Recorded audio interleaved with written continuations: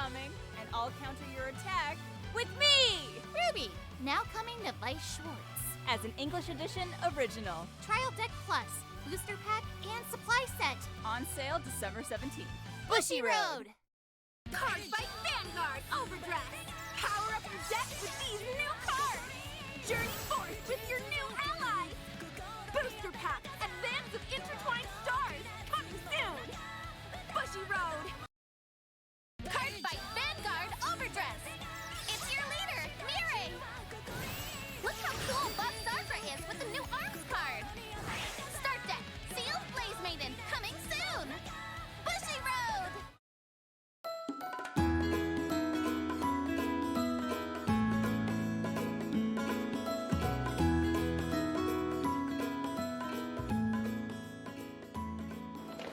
Hey, hello Julius. Hi Fiona. Okay, first of all, good morning and morning. thank you so much for. Okay. Sorry. Yeah, so I can see you're very excited to start, eating the pastries and stuff. They look very delicious. Yeah, So- but that will have to wait because Okay, yeah. first of all, I want to thank you for joining me here on this Coffee with Bushiroad series. Yeah, so as I think you understand, this series is just to highlight some of the insights into what Bushiroad staff actually do, to bring the game to the players. Yeah, and you do events, and I'm sure a lot of our audience and our players have seen you around events as well. Not just in Singapore, but in maybe Cardiff, France, or wherever you have been to, because you go around the world to organize events and plan tournaments for everyone. Yeah. So thank you so much for that. And you have been with us since August last year. Yeah. So I think you are with 1 us year about, plus, yeah. about 1 year now. Yeah. Yeah. So thank you for joining us. Yep. Thank you for having me. Yeah. Okay, so as you can see, I have prepared some snacks and coffee and tea for us. So would you like coffee or would you like some tea? Some tea, please. Okay, tea. Well, good news. I have a few different blends.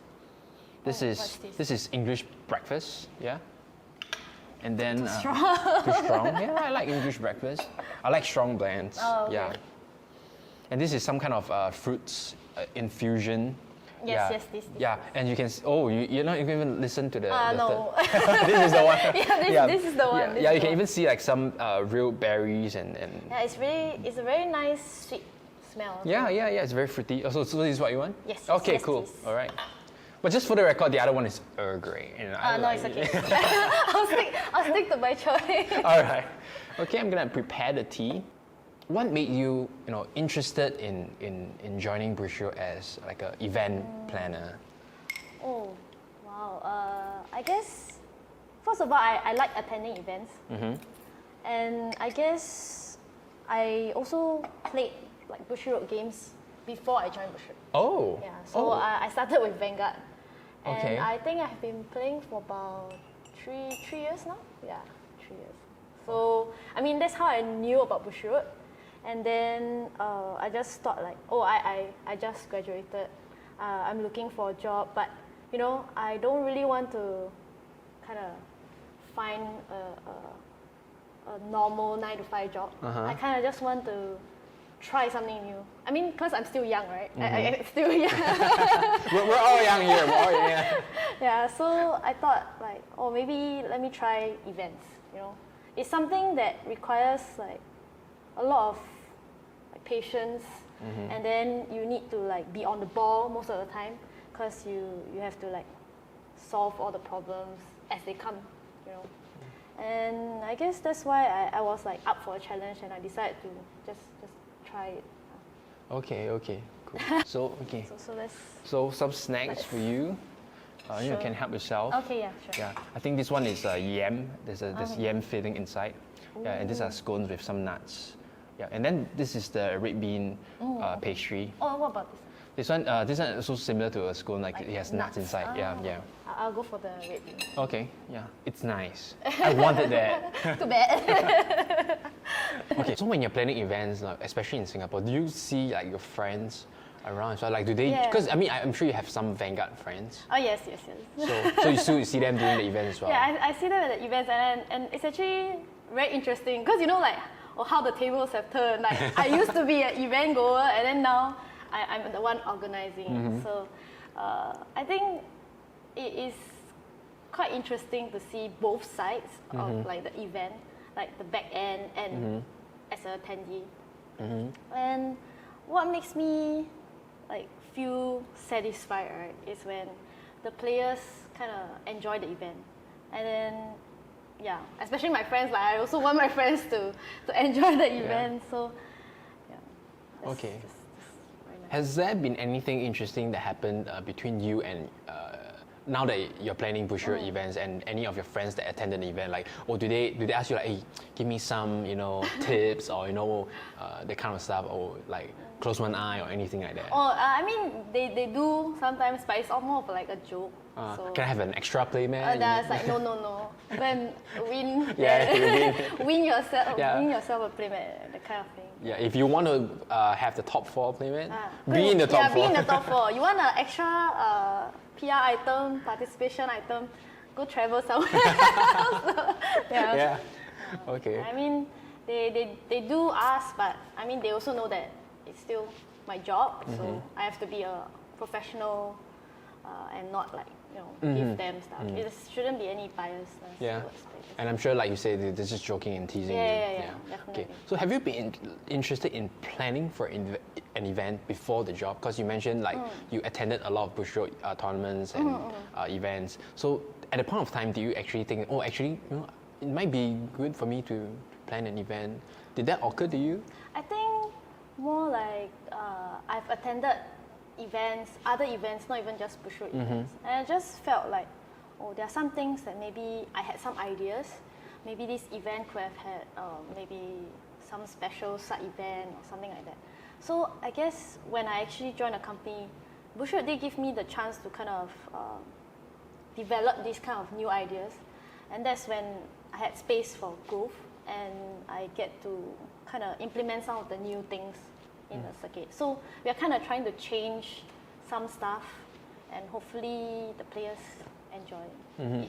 Yeah. No, that's good. That's good, because if say Bushiroad doesn't give you the space and the autonomy to actually do some new things and improve, you probably wouldn't enjoy the job as much, because It will be very rigid. Yeah. But not in Bushiroad. Yeah, So that's correct. why I really like events. And because of that, I can see our events changing. I think our numbers for players joining the tournaments have increased as well. So I'm actually very happy for that.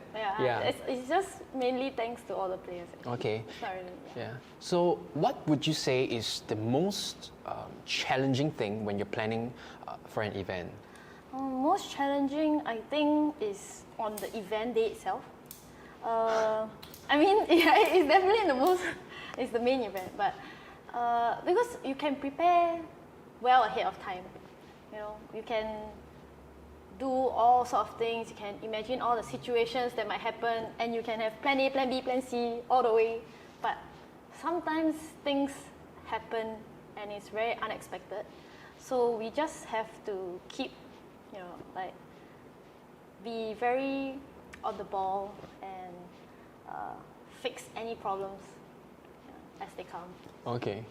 Yeah, because no matter how much planning you do, there's there's no way.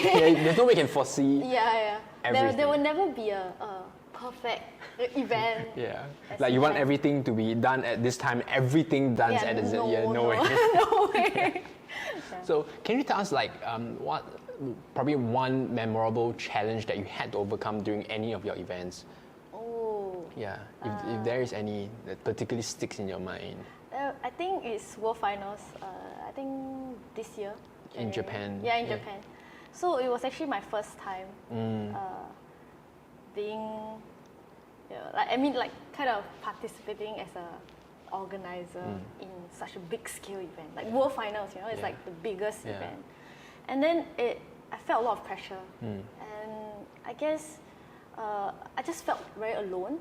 And when things really weren't going very well, it was so hard to continue. And my colleagues were actually there to tell me like, hey, everything's gonna be fine. You're just gonna just don't give up. Continue doing what you're doing. Things will be better. So that's kind of heartwarming to me, because I realized that I'm not in this alone. I have my team. I have you, you, and that's how I guess I managed to overcome those challenges. like I know we could have done better, and that's why I really hope that this year's World Finals will be better. So cheers to a good World Finals 2019. Yeah. Yeah. So, and you are going to this coming January's World Final. Yes. Yeah. So, I guess I'll see you I'll see there. you there. See you there. I'll see all the players there. Yeah. Okay. So, from what I can understand about that is, planning for an event is not just a very physical draining job. It's very emotionally draining as well, like what you mentioned. And what's interesting is that you mentioned you felt very alone. Could you elaborate more on that? Like, why do you feel alone when you're doing that event? I think because I didn't, before this, I find it hard to trust people. I think it's more of a personal thing. So, like sometimes you feel that if you do it alone, things won't go as wrong. Because with more people, there are more things that can go wrong. So that was kind of like a barrier, I guess, for me. So it was very hard to let people know, like, hey, I'm struggling with this, can you help me? So I've actually, throughout that, I learned to ask people for help. And I guess that made me grow as a person. Wow. So deep. Yeah, well, I mean, that's a great story. Yeah, because one wouldn't expect, people to, I guess, like maybe most people, especially if they haven't entered the workforce, they might see work as just work, and they kind of like separate work from life. But I guess work actually is part of your life, and then if you grow in work, you grow professionally, it helps with personal growth as well. Yeah, so I'm very happy that you overcame all those different obstacles. Yeah, it's just thanks to the people in Bushiroad. They are really very nice. They're very kind. Not like just saying, complimenting everybody. It's just that, they've made me feel very comfortable. Yeah. That's why I enjoy like going to work. Yeah. Every day. And I think this aspect of understand building trust with your colleagues and your friends, I think it comes especially strong in your current role with events planning, because there's no way you can run an event by yourself. So I guess you kind of have to learn how to build bonds with all your teammates. Yeah. Actually, it's not just my teammates. Like, there's a lot of communication between internal and external parties. So we actually have to liaise with like the different officers.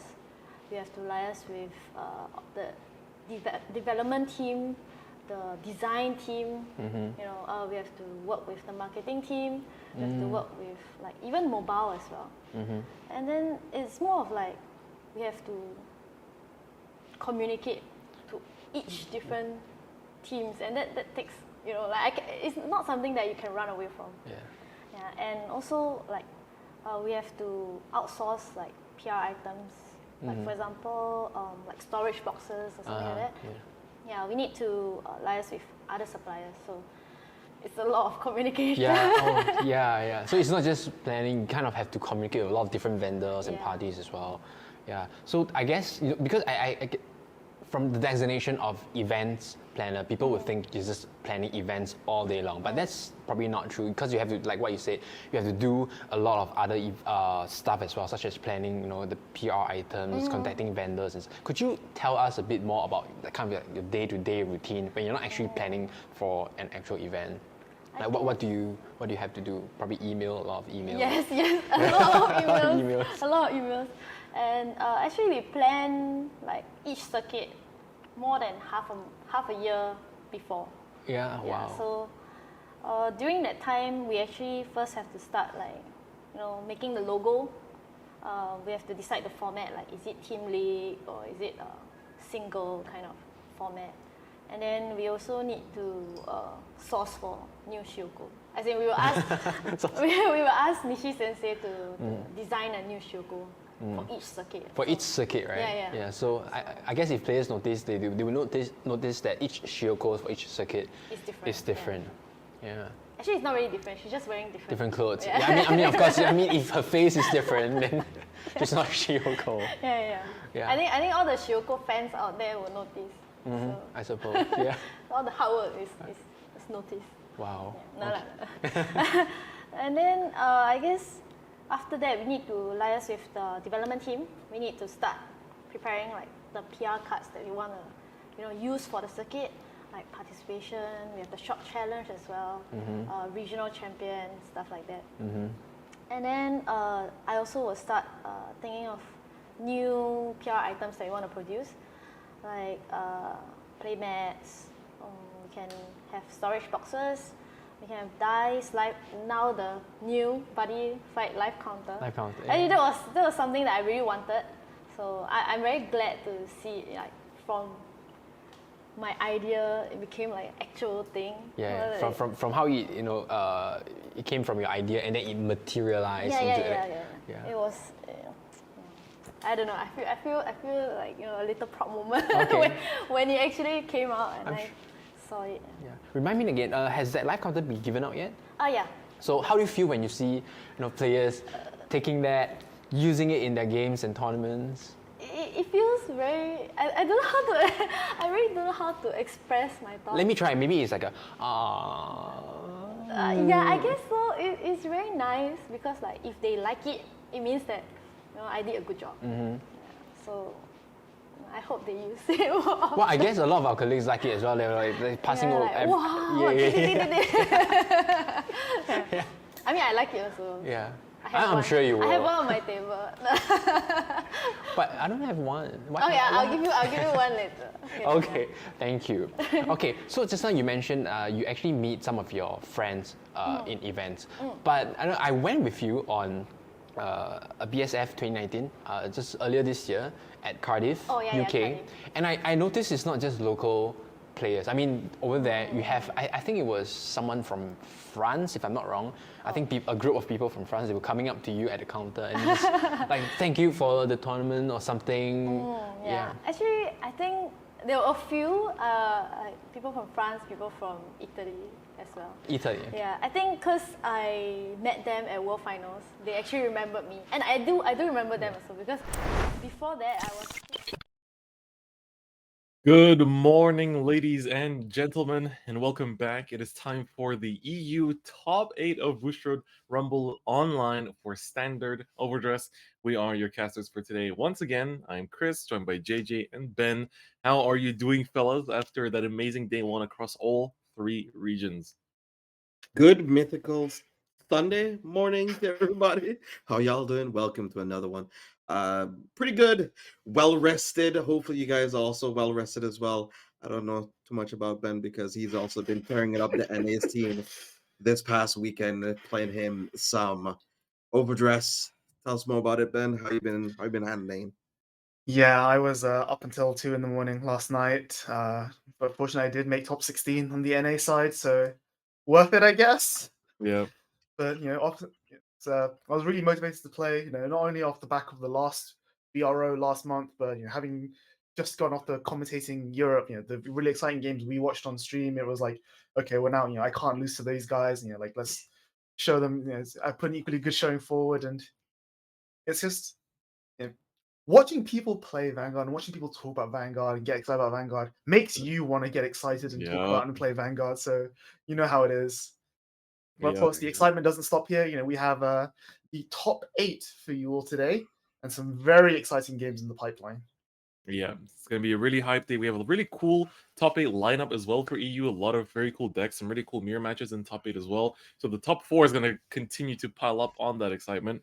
But of course, before we get into the fun, we're going to be looking at all the decks a bit later. But first, let's run through, just the nitty-gritty, find out everything that you need to know about the tournament first and foremost. It is the last day of Vanguard. I can't believe it's been 3 weekends and it's finally all coming to an end here. And of course, yesterday we had the players play their Swiss best of 1 for standard. We had 8 rounds of Swiss, 8 hard-fought rounds. And today we have the top 8. It's still best of 1, but this is where we will be crowning our champion. Now, Ben, I said it's the last weekend of Vanguard, but we still have one more weekend next week, right? That is absolutely correct. Next weekend, we have the Weiss Schwarz PRO. You guys can see here, the dates are on your screen. The 15th of January, Saturday, we have the Swiss for EU, same time as always. followed up with day 2, which is going to be the top cut. Similar format we have here. Again, top 8 or top 16, depending on the numbers. Hopefully, a lot of people sign up at the last minute and we just push those participation numbers way up. You can't lose to NA. They have over 100 players signed up already for their Weiss Schwarz tournament. So if anyone you know wants to play Weiss Schwarz, you know where to join in. And of course, I can't get away without saying that you may or may not see 1 or 2 familiar voices on the commentary for that event as well. Hey, very good, very good. It's gonna be fun. Yep. It's gonna be fun. But of course, that's not, that is next week. There's still a lot of things to look at today. So JJ, why don't you walk us through what these players are going to be playing for in the top 8? All right. So you awesome contestants, you awesome players who have been taking part in the tournament today has a chance of winning 4 copies of the exclusive BRO winner card promo that is very exclusive, only a couple copies that exists in the world. Then you have 1 boosted display of any recent set plus 1 certificate.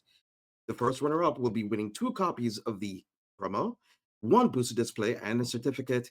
Second runner-up is going to be winning 1 copy of the exclusive promo, 1 boosted display, and a certificate. The third runner-up is going to be winning a certificate, and the Weiss Schwarz prize exceptions are going to be made. The first place is going to be 4 displays of the booster pack Rent a Girlfriend. Second place is 2 displays of booster pack Rent a Girlfriend, and third place is going to be 1 display of booster pack Rent a Girlfriend if you do not have the recent set of Ruby in your location. So I think that's kind of it. Like, these are awesome exclusive prizes. Can't really get them anywhere else. I kind of wish I was probably playing it a little bit more seriously. Maybe trying to get my own good stuff in. I can't wait to see how these people are going to be doing today. So what are we going to be doing actually, guys? What are we heading off to? Well, we still have, as you said, Vi's gonna be really hyped next week. But for today, for standard, it's been a really exciting day 1. And again, we have Ben over here that managed to make the whole run, make it 3rd place in standings in NA. So we get to watch lots and lots of amazing content today. You guys just had AO, Buff Sagara in top 4, which was pretty insane to me. And then of course Musrax, one of our fellow Europeans, also took the whole thing in the AO region, playing at 5 a.m. To actually win his title. And so now we're going to be taking a look at the deck lists for the top 8 here in Europe in the order of the matchups. And I'm really excited because while there are some repeating lists, quite a few of them are quite different. And I think that is the kind of excitement and interest in talking about the matchups and like the decks that the players are bringing. So we're going to run you through from top to bottom, starting off with the very top of the top 8 bracket and finishing up with the matchup we're watching today in the top 8.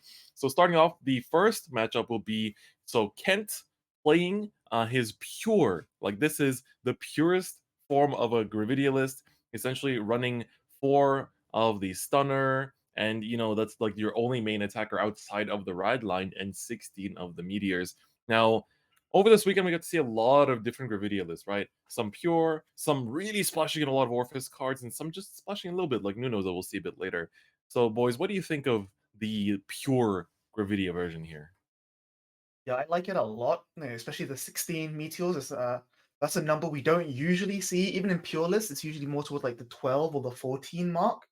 And obviously, when you look at like other Gravidia lists, especially like, for example, the hybrid version that we're going to look at later on, they're giving up these slots for meteors to play a few other bits and pieces, like for example, more copies of Wells, some copies of like other utility pieces. But here, Ken is just going for absolute consistency. He doesn't need anything else. He just needs his beat sticks in the form of the 4 stunner and the 4 Berenger, and just play meteors and just hopefully get 5 multiple times. And as long as you check triggers during that double trigger effect, then dropping 5 meteors is definitely worthwhile. And we saw it work out for him on the stream game last round. I think it was like round 6 or round 5 yesterday. The lack of the booster is he's not phased. Like when you're giving 20k power per trigger, who needs boosters, right? Yeah, that's absolutely true. Absolutely true. And like while you do run the danger of running out of gas with this deck and running out of attackers in particular, it is still the deck that can play the greediest and can play the riskiest, choose to forward to go like 3/3/3 meteor pops every turn. And so as a result, while it is not the safest version of the deck, it is still a very powerful list. And I think that we might be seeing him make it to top 4 as well. But first, he's going to have to play against his opponent. And let's take a look at his list over here as well. So it's going to be Marcus's Barrow Magnus. So repping Sweden here, he is the only Barrow Magnus player in the top 8 in EU. I think we have like 3 in top 16 for NA, if I'm not mistaken. And his list is really different from what I'm used to seeing. I'm going to be completely honest with you, right? I'm used to seeing 4 Pandemonium tactics. I'm used to seeing like a Shurda as well in some of the more defensive lists. I'm used to seeing the grade 1 Desire Devil that when put to soul lets you count almost 1 and then force your opponent for the rest of the turn to guard with 2 cards at once. But he's choosing to, just basically play more of the extraction to, I guess, make sure that his hand is always ready for whatever is necessary. And we've seen Expeller kept in some lists, cut out in some other lists, and then he's running a lot more of those like interesting one-ofs in order to, I guess, make use of the extraction, adding them back to hand. Yeah, we've seen a lot of like developments in Barrow Magnus, especially within set 3. Like it was always one of those decks that was questionable in set 1 and set 2, but once people realized that actually, there's a lot of like tools in for Greedon and Bruce that we can use here, the deck really came into its own, and especially within the last week or so, we saw a lot of the deck became a lot leaner. For example, Marcus here is still playing for Electro Spartan, which a lot of other decks are opting to drop for other pieces of soul charging. But the fact that he still made it to top 8 says a lot. Any thoughts, JJ? I really do like his own take on the list because he is playing more of a over the top list with a higher ceiling. Because then he is also playing it with supernatural extraction, as what Chris is stating before. It's not commonly used in most of the conventional Baron Magnus lists since it doesn't really do as much. Since you can top deck into it and you might not have the hand to facilitate it, but it does add a bit of utility when you're able to maybe, oh, I'm down 2 soul off of this and a Curtis. It gives you 5 in total, which is kind of nice in a situation where you're probably just looking for the exact amount of soul ready for your Barra Magnus push. I will say this is that I played against 3 Barrow Magnuses on the NA tournament, and all 3 of them ended up soul charging the over trigger, and none of them were playing extraction. So Yeah. who knows?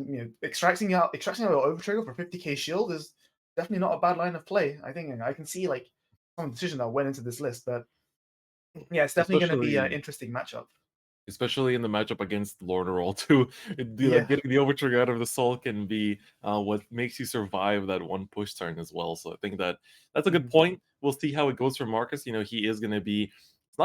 It's hard to say how the matchup is going to be for these players because Gravidia versus Barrow isn't exactly something you see very often, and it's like once it gets past turn 3-ish for Barrow, like Gravidia doesn't really have many targets to hit because they can just basically go into like double engraver and then there's no targets for the rocks and then they're just kind of like popping one for the power maybe or none at all. And so especially for the list that Kent is bringing and running out of attackers, like because they get sent to soul, maybe Marcus has the advantage, or maybe Kent will just be able to control the pace of the game with the really greedy like triple meteor as well. Yeah, I can see that happening for sure. Yeah, absolutely. But we do have more matchups to look at. Let's take a look at the second pairing here. We're going to be watching we're going to be seeing in top 8. So this one starts with George D. So he's actually playing Lornerol, and so we're going to be seeing George go up against David Adipratama, who are both playing Lornerol, the only Lornerol players in top 8. And so Ben, you're the one that topped with Lornerol yesterday. I'll let you have the word on these two. Yeah, so I think we looked at George's list again. He was on stream yesterday, and I think the main thing I mentioned is that he's playing the Harriet, which is the grade 1 8k that gains 5k if you have an order in your order zone, compared to some other lists which might be playing Andre instead, who's the grade 2 version. And there's pluses and minuses to both. For example, Harriet can boost your Vanguard to make really huge numbers that are just straight up unguardable because of Lauren Errol Sentinel Restrict, whereas Andre can be played early as a bit of a nice rush while still being able to intercept for 5k shield and you're not missing out on too much. Beyond that, everything else about Lauren Arrow is just all about plussing. The important card right there, you can see he's playing 4 copies, is the Eknoa. I think, especially throughout my games, that card was definitely the make or break. Like, how often I saw it and how often I used it pretty much determined whether or not I won or lost that game. One thing I just want to highlight about Lauren in particular, especially going into the mirror match, as we're going to talk about in Davis in a second, is that one of the most incredible things about this deck is that it's one of the few decks in Overdress Standard right now that prefers, I think, to go second, because you have the plot draw from the starter. Your opponent's going to be grade 3 when you ride grade 3, so your Matter Red, the grade 2 order, that will get you the card draws. And because you're not you don't go off until turn 4 anyway, even you'd rather your opponent like commit resources to their big turn 4 push that you can just tank up and soak because you have Elma, because you have so much plussing, you can just guard easily. And then once they've given up that sort of dropped their defenses to commit, you can then swing back on turn 4. But we saw George's game as well. He did exactly that. He was just drawing a bunch of cards. He had his double Eknoa on turn 3, as we saw, because he got rushed. And then he was able to turn it around, find his 6-star Fractal, and just swing back without losing anything. And I think that's the main strength of Lauren Errol, is that it can always find its things to go off, and it can do so at relatively low threat, which I think is really interesting. Yeah, it's definitely a very powerful deck. Just it's one of the most stable win cons, I want to say. Like, even talking to people playing in the Japanese meta in DBT04, there people were saying like, oh wow, Lauren Roll is still topping. That's crazy. It's like, and they say, of course it's topping. It has one of the strongest win conditions in the format right now because it is so stable. When you scale so much in power and you have like Guard Restrict plus the critical for all that threat in a format where we're getting more and more defensive options as with every single set, but it's still like a lot of decks are now choosing to play the 20k shield, 30k shield like blitz orders because they need a way to kind of get past that guard restrict in order to deal with the Lorna roll. And I think that we're seeing like the format kind of develop almost around Lorna roll at times too in the kind of local scenes where this deck is extra prevalent. And of course, while George's deck is Lorna roll, we also have David Adipratama, who is also playing Lorna roll. So let's take a look at his list here as well once it is ready. But it is going to be interesting mirror, and I do want to ask you, JJ, as well, like, how do you think about the mirror when it comes to Lorna roll, right? Because both decks are trying to do the same thing. Both decks draw a bajillion cards and have ways to get over the guard restrict through the Elmer. So how do you think this is going to play out? I think it'll come down to their tech options. I think it'll come down to the ratios of the Harriet versus the Audrey that they play, because Audrey does allow you to have a way of being able to guard against Lorena roll a little bit more efficiently. It does give you, since he is running 3 copies of it, it's a 15k shield extra rather than have to use it from their hand. So he is going for a low to the ground grade 2 start, because all you need is, in comparison to Harriet, since you need 2 in your order zone set. Just one. Oh, just one. Okay. Just one. Yeah. Just one. Okay. Then with this one, it does still allow you to still play at a very aggressive early game in comparison to what Harriet can give you. Yeah, exactly. And it's something that you really want, because one of the things about Lauren Neural is that when you have that turn 4 Vanguard with a crit and with a guard restricts, you want to be pushing your opponent quite hard, quite early, so that they're on like 3 or 4 damage going into your turn 4. That way your Vanguard attack is actually like super threatening. But at the same time, if you go first and you have that Elmer on the board, just the early commit or the Audrey to push, your opponent can always just easily damage deny you and whack at your rear guards, which means that when you ride grade 3 the Laronero for the first time, you won't have the counterblast 1 thing, and then that suddenly becomes a lot harder. So you don't have as much plussing as you would otherwise. And it's that back and forth of like, okay, well, do I rush? Do I take it slow? Do I starve you? I think that's what's really gonna like make or break this mirror match.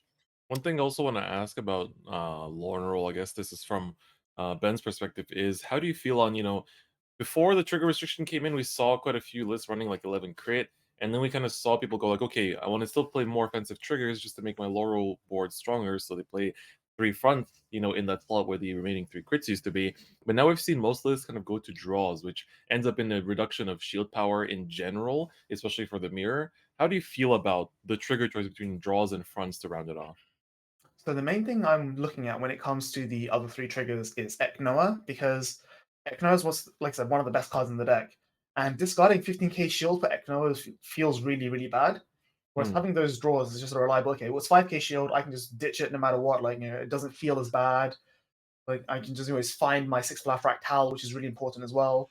And as well as that, sometimes you just end up having to guard really aggressively against other big decks like Bruce and Barra Magnus. And so sometimes you just need like that extra 5k booster that you can just slap in the back row so that you can get an extra 10k power on your Vanguard with the six flower fractal. And so the draws is just the next best option, so you're not wasting 15k shield. And of course, like the six flower fractal, I've said it again now, is one of the most important cards in the deck. It's your win con, and so draws are just really important for finding that card as well. Okay, it's good that I asked, because it's important to think for the viewers to also keep in mind, the logic behind these deck lists. So that is going to be the Lord Roll mirror match, but then we have another mirror match, which is of course going to be not the game we're going to be showing on stream, but it is one that's still going to be very intense. So it's going to be between William and Aaron. So this is William's Bruce list, and this is, we talk about it as like the kind of standard Bruce deck. Running 3 orders, we see people go for 4 Hellblast usually, just because it is a kind of like quote unquote persona ride. But just in general, a lot of his ratios, like, he's basically he's had to reduce ratios in certain parts to make space for the 2 Eden. As a result, he's had to cut 1 Derek, which we've seen both be an amazing card, but also the demise of some players, because I've seen people go like Derek into deck out basically, and maybe playing it as a 3-up is actually fine, but I feel like in the mirror match you really need to see it going first on turn 2 to be able to snipe the opponent's mat starter. But sometimes they commit an extra card because they're afraid of that, so then it doesn't matter as much. But he's also playing the Mabel, which is the like triple drive enablers. So some players are really looking forward to grade 4 Bruce being able to triple drive, and already choosing to put that in as early as set 3. So JJ, what do you think of Williams' list here, and choosing to play things like Mabel and like cutting down on things like Proto Bulb and the Hellblast and the Derek in order to make space for things like the Mabel and the Eden? I do like how his list is basically a set 2.5 sort of list. It just has like a dash of set 3 in here, with including Derek in there. And because he's not incorporating Quinlu, he's not incorporating Pandemonium Tactics, his ratios of Eden is a bit lower than some of the conventional lists that we've seen that have been including those variants of it. So he's focusing more around Leonard and that type of tempo play, since he's not playing with the guard restrict in mind. He is playing the Dober, and he's also playing Proto Bulb, which does give him a bit more utility. So if he accidentally soul charges a overtrigger, which is a prominent thing that can happen in a very dark states oriented decks, it allows him to fish it back out if he does need it. And the full blast hell dive does allow him to be able to push aggression if he doesn't draw into his persona ride, as what you just mentioned. I do kind of like this. It's a bit tight. It's lean. You just basically know what it does from start to finish. You don't. It's sort of a situation like, if you're not too familiar with the Quinlu archetype, this is a good one to fall back on if you're probably comfortable with this. So this is probably more of a comfort pick than picking it for the explosiveness of what the Quinlu build can give them. Yeah, that's a Yep. really good way of putting it. I like that description a lot. Like like you say, it's just the deck has been tried and tested in set 2. We know it's one of the best decks in set 2. And don't fix what's not broken, right? Yeah, exactly. Yep, that's a great way to put it.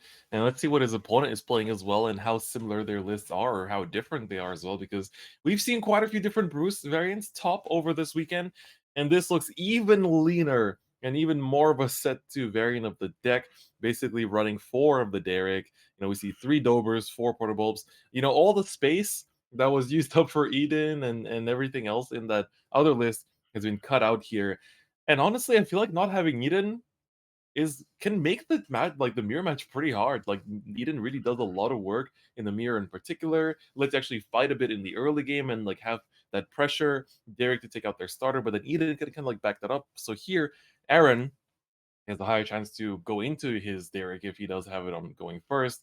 But it's going to be interesting to see how this mirror actually pans out. One thing we also see from most Bruce players that play this kind of like, the set 2.5 build, let's say, is that most of them have opted for like completely rainbow trigger lineup, right? So fronts, crits, draws, heals, just because you still want some amount of the draws because you need to draw your pieces. You still need to kind of like, they're not bad to commit to board if necessary at those points, but also like you want the fronts for the defense, right? You still want the crits for the pressure, and heals are heals, right? So we've seen some Bruce lists still go for 8 crit, especially the more aggressive ones or the ones running the Quenlu build in particular. but a lot of the kind of like set 2.5 builds are still sticking around with that rainbow lineup as we're seeing here, right? Yeah, Yeah, that's there's right. always utility. Like, something I've always thought of is, in my opinion, Bruce is one of those decks that if we had 60 card decks in Vanguard, Bruce would be a lot easier to build. Oh yeah, Oh, it would. It would. that's absolutely true. Absolutely true. Man, so those are the two. We actually have two Swedish players in the top eight. I just realized, so that's going to be pretty hype. Definitely a good day for Sweden here. But of course, we have one more set of decks to take a look at here for the top eight, and it's going to be our feature match. And this is going to be a very exciting one between two incredible players. So first up, we have Nuno Raimundo, the current world champion in V Premium, playing a Gravidia list that does splash the worlds, and of course, the route is to search out the Eclipse Moonlight. But on top of that, we also have, quite a lot of the Gravidia engine in here. 12 of the Neatness Meteor Shower. The Stunner, of course, is a 4 and everything. And he's running the Beringer as the Ride Line Grade 2. And I talked to him, after the EU tournament ended, just to get his opinion. And he said, like, yeah, the card draw is so important. Like, the card draw lets me survive longer. The card draw gives him so many other options. And I've talked to so many people playing Gravidia this tournament over this weekend, and all of them have completely different kind of like philosophies about their deck. So like, yeah, no, you need to play this because it gives you this like this advantage going first, or this advantage, on your turn 2. And I played this because it's like, the card draw is more important. And like everyone seems to have a completely different take on the deck, which is incredible considering this is a deck just introduced in set 3. It's literally had one set of support, and it's already so deep in its card pool. And so, Ben, what do you think about like Nuno's take on the deck here? Yeah, I think it's super solid. Like, we all know that Nuno is like one of the best players in the world. Obviously, I think he's the current standing world champion. Having actually played against him, I think it was round 6 yesterday.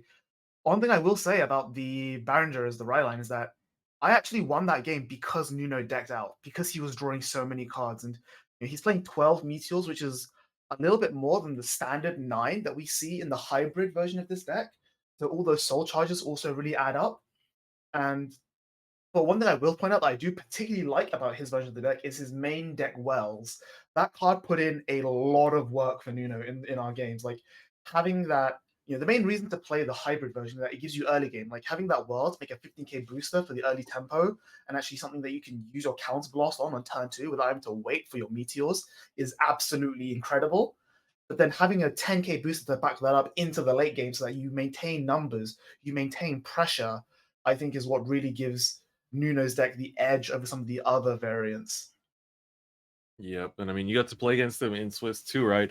For the NA round, so I think you know exactly how his deck wants to play. What about you, JJ? Like, how do you feel about his kind of take of like kind of dipping into the world engine, but not too deep?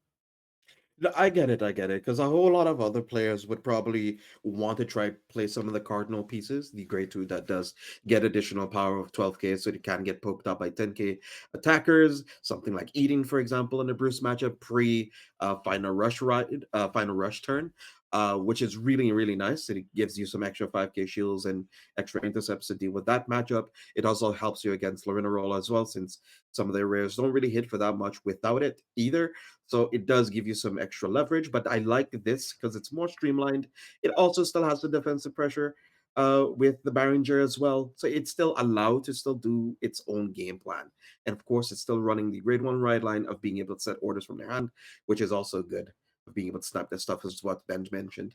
So I really, really like these variants of it because it does give you some extra over the top edge of being able to get either your token that you can use as utility for a booster or an attacker, or it gives you a way of being able to use your early CB that you're never going to use anyway. That's a great point. Great point. But of course, we have one more deck to feature, and it's also going to be a Gravidia list, but again, different, and again with a different philosophy behind it. And this is going to be Kelvin Yap, and he is playing.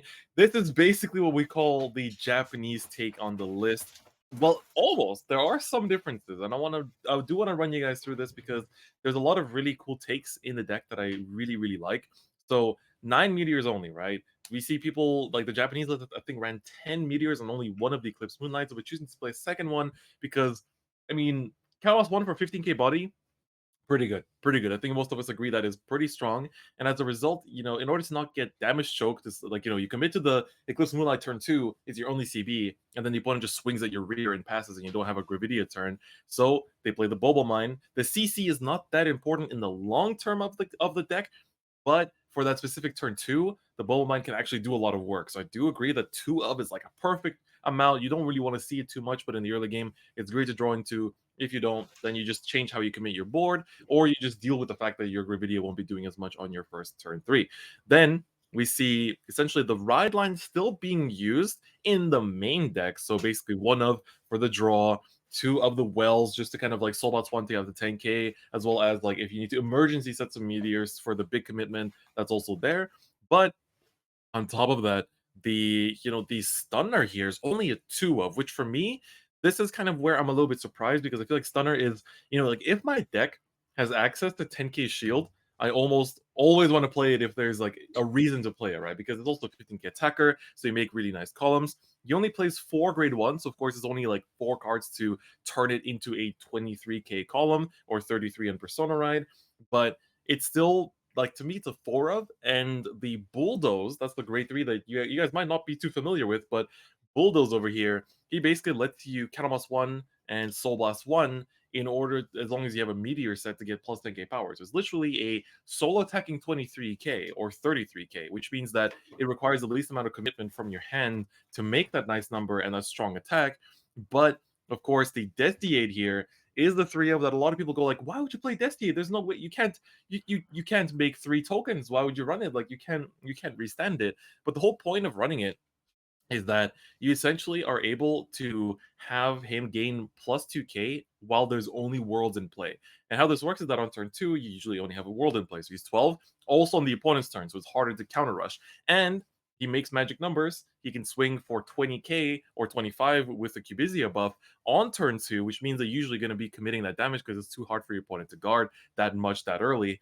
And on top of that, because Kelvin plays 2 of the Eclipse Moonlight, there is actually a possibility that he actually goes into the Abyssal Dark Knight with, basically attack with Gravidia, get rid of all of your meteors, and then you have the 2 worlds, and then Destiny is actually 15k.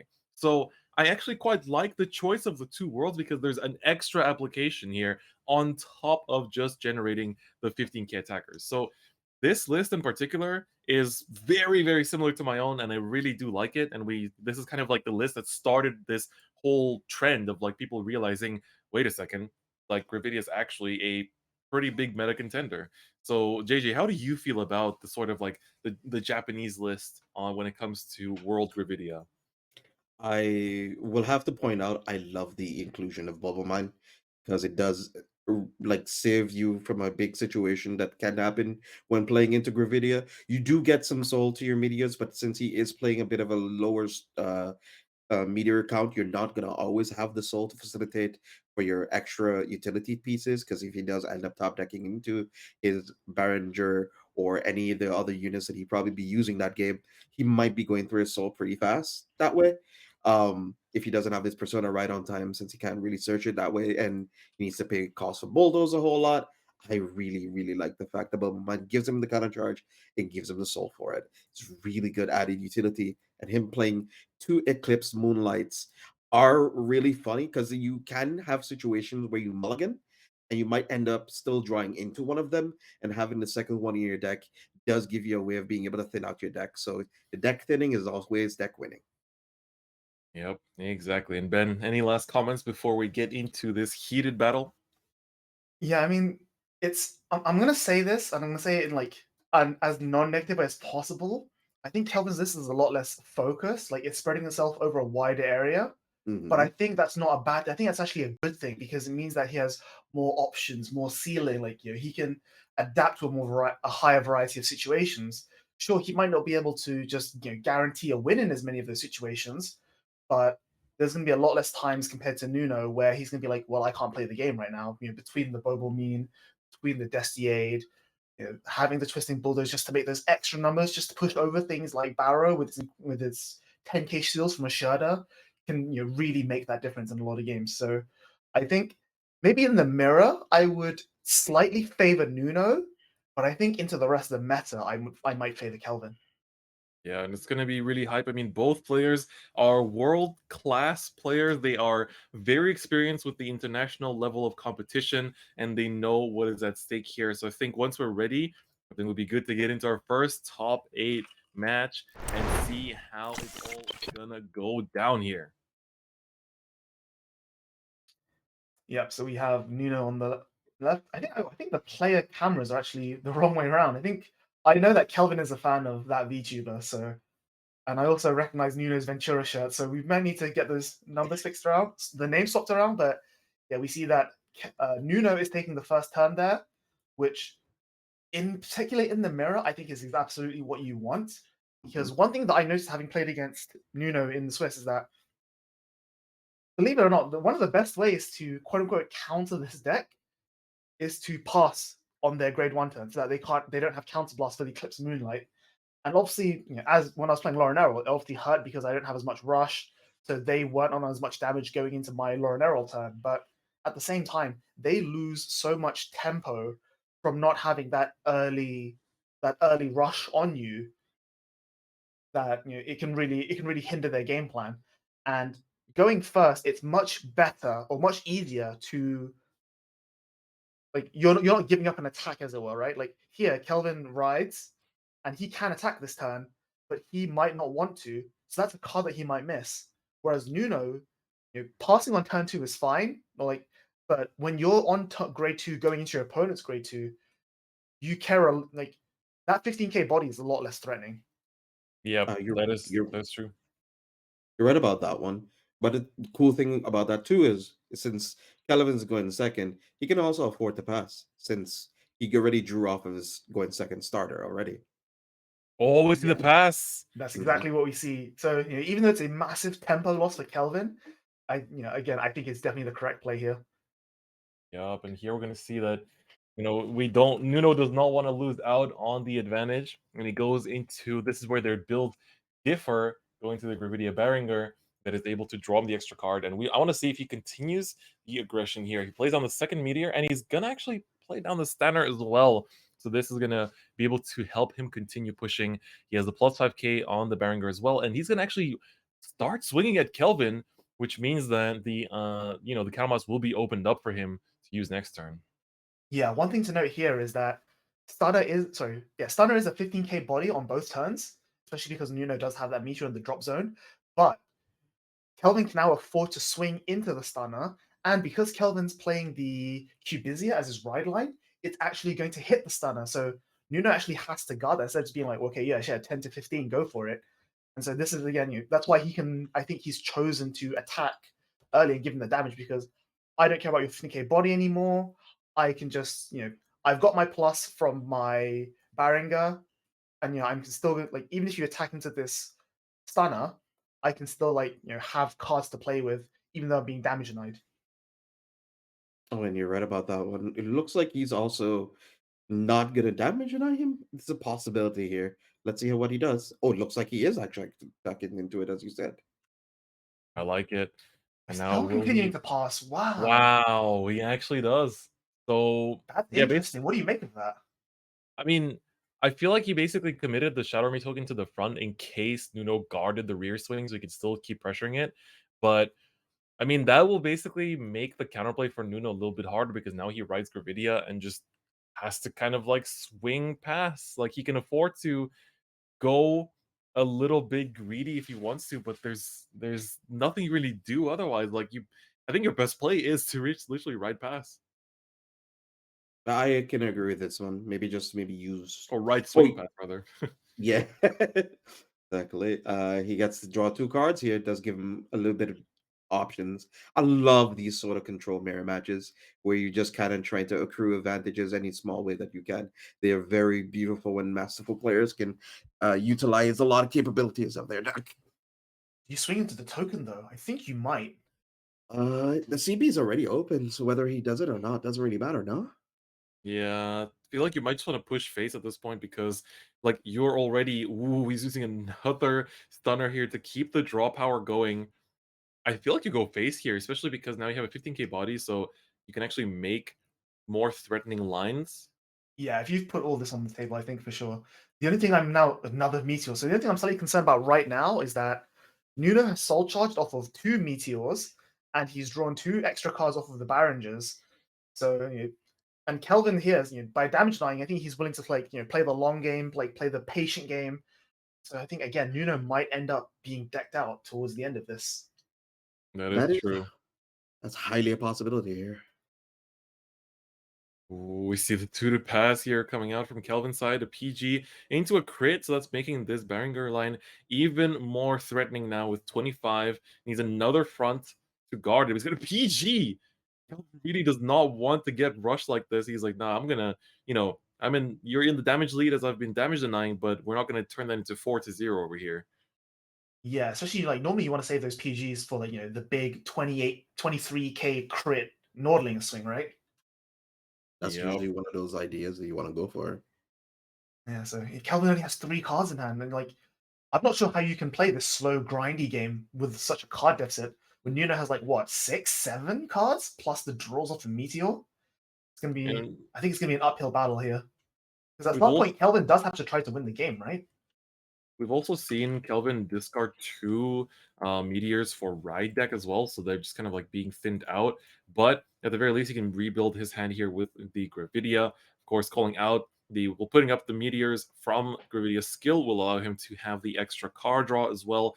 That helps him to kind of sustain that hand. But on Nuno's side, he's been committing to board, but he's been basically redrawing with every time that he commits, which I think is the really nice part of this. Yeah, gives and you- he's not. Go for it.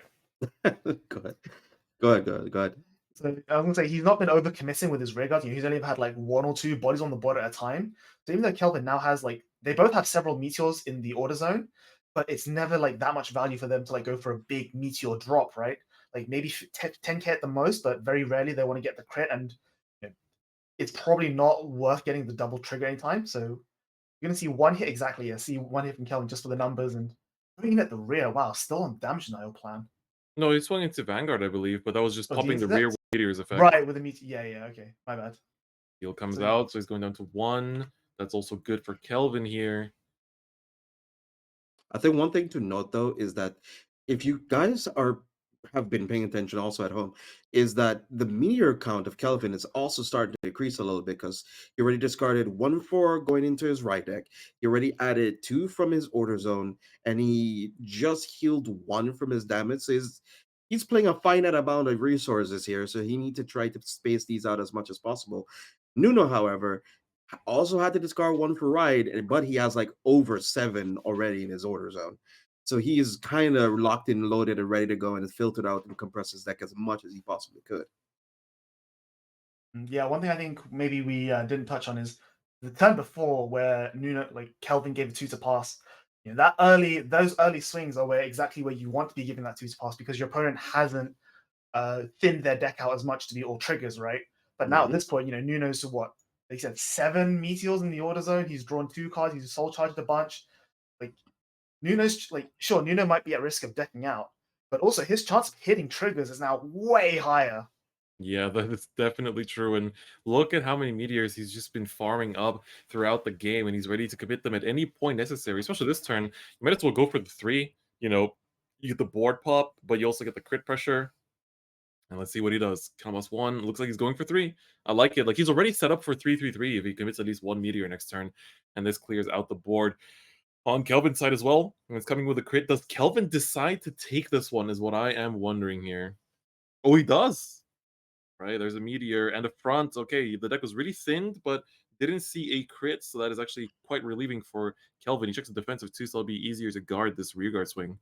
He does also damage another Norlinger though, so he's going to lose out on a Persona Ride and 2 more meteors in the drop zone, which I think might actually hurt a lot more than anything else that's happened so far.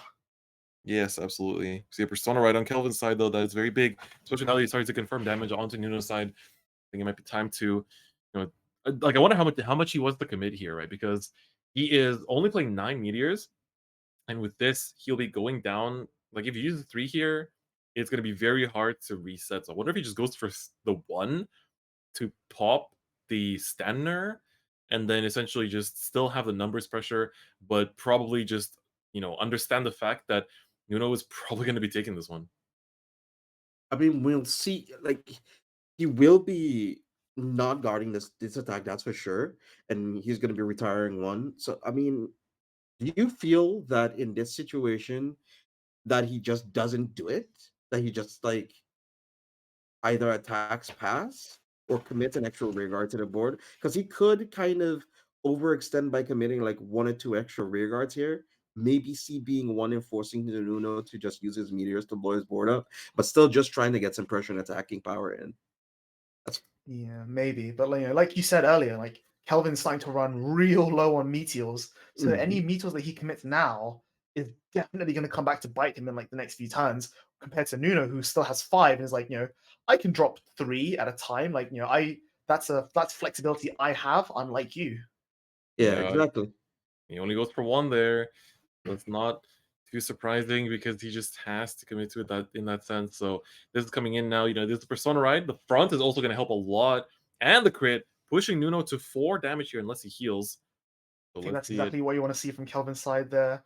Like when you commit rear guards to the board like that, it definitely has to pay off. And I think here it might be like, that twisting bulldoze is now a what, 23, 33? Maybe is that, did he give the trigger 43. there? They give a trigger there. Yeah, I think they're just confirming where the extra trigger from the critical trigger went there. But I think that looks this like is 43, yeah. Which all is right. pretty big numbers. And Nuno isn't playing, all he has are those 4 stunners, and we've seen quite a lot of them already. So the shield values just might not be there. Yeah, like 2 of the attackers going to damage there as well is really big for Nuno's list. Like that's the danger of running the pure version, is that, or close to the pure version, is that you just kind of run out of gas. Like he hasn't we haven't actually seen him play down his Eclipse Moonlight yet, so that's actually something he can put down next turn and have the Shadow Army token to help swing. But you can see here, he got pushed to 5, all the way to 5, and had to, barely survive here. And the Eclipse Moonlight comes down for the Shadow Army token. But does he have any other attackers in hand? It doesn't look like it. This is the danger of this list. He might just have to go all out and commit. He's gonna go with a 3. I think Hold he up. might be thinking he's about the thinking 5 because about he it. might want it. Because even though he's not playing Destier, he doesn't need the Moonlight, the Dark World effect compared to Kelvin, who again, as you say, we haven't seen a Destiade from Kelvin yet, so he always has that in the wings as well. Like, I still have a few meteors left. I can pop them, get the power boost, and now I still have this 12k body that you have to contend with. So right now, I guess Kelvin is trying to confirm how many triggers Nuno has seen so far, how many he's used. I was going to be considering whether or not he wants to eat this or got this, because I possibly think he already used the 1 copy of the perfect guard he already only had, or he could be thinking, I could risk it and take 1 and guard the rear if you don't hit a crit, but I guess he doesn't want to risk it here. Yeah, perfect guard comes down. I will remind everyone that we haven't seen the overtrigger for either player yet, so that is That's true. always a looming threat that we have to deal with. Kelvin guards all of this. Now he wants to maintain the damage lead, which I think is a really, like, if there's one thing that I think Kelvin is known for, is between him playing Grand Blue and Pale Moon and all these other tempo-based decks, is that he's very good at controlling the momentum of the game, and that's what he's done so far. Between the early damage Nile into like the more aggressive rushing and like on the Persona right turn, even though he's knowing that his bodies on the board are going to get removed to meteors, that's still a trait that he's willing to make just for the sake of offensive tempo, which I think is starting to really work out in his favor. And as we get to the later stages of the game, we're starting to know that both players' decks are looking pretty low here right now. We're getting to the points of, looks like I probably want to use a little bit more meteors. We're not got to that stage exactly yet, but you're probably going to have to consider it. Yeah, that's absolutely right. And I think for Kelvin, like, we know, that's the 8. You love to see it. But we also know that his list just runs a little bit more of ways to secure attacks. And you can see he's going to go for the 3. He wants to actually turn on the Dark Knight.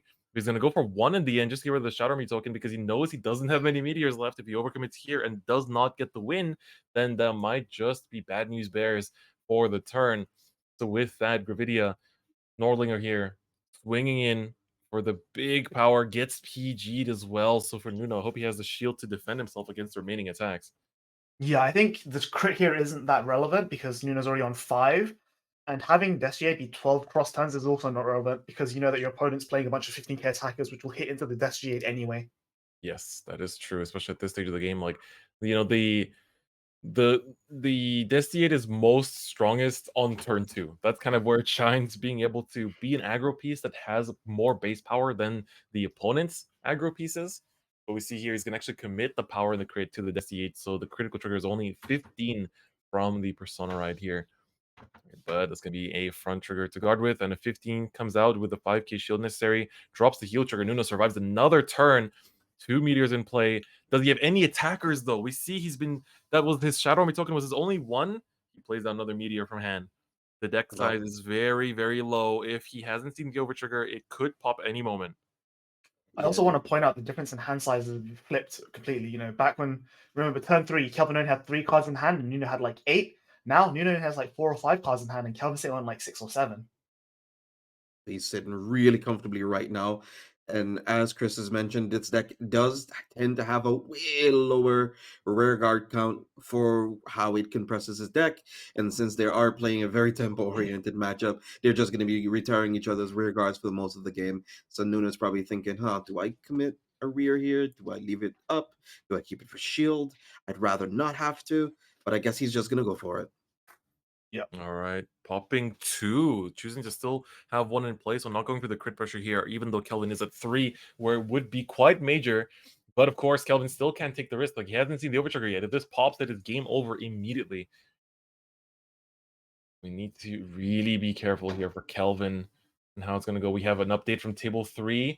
William took the win over Aaron.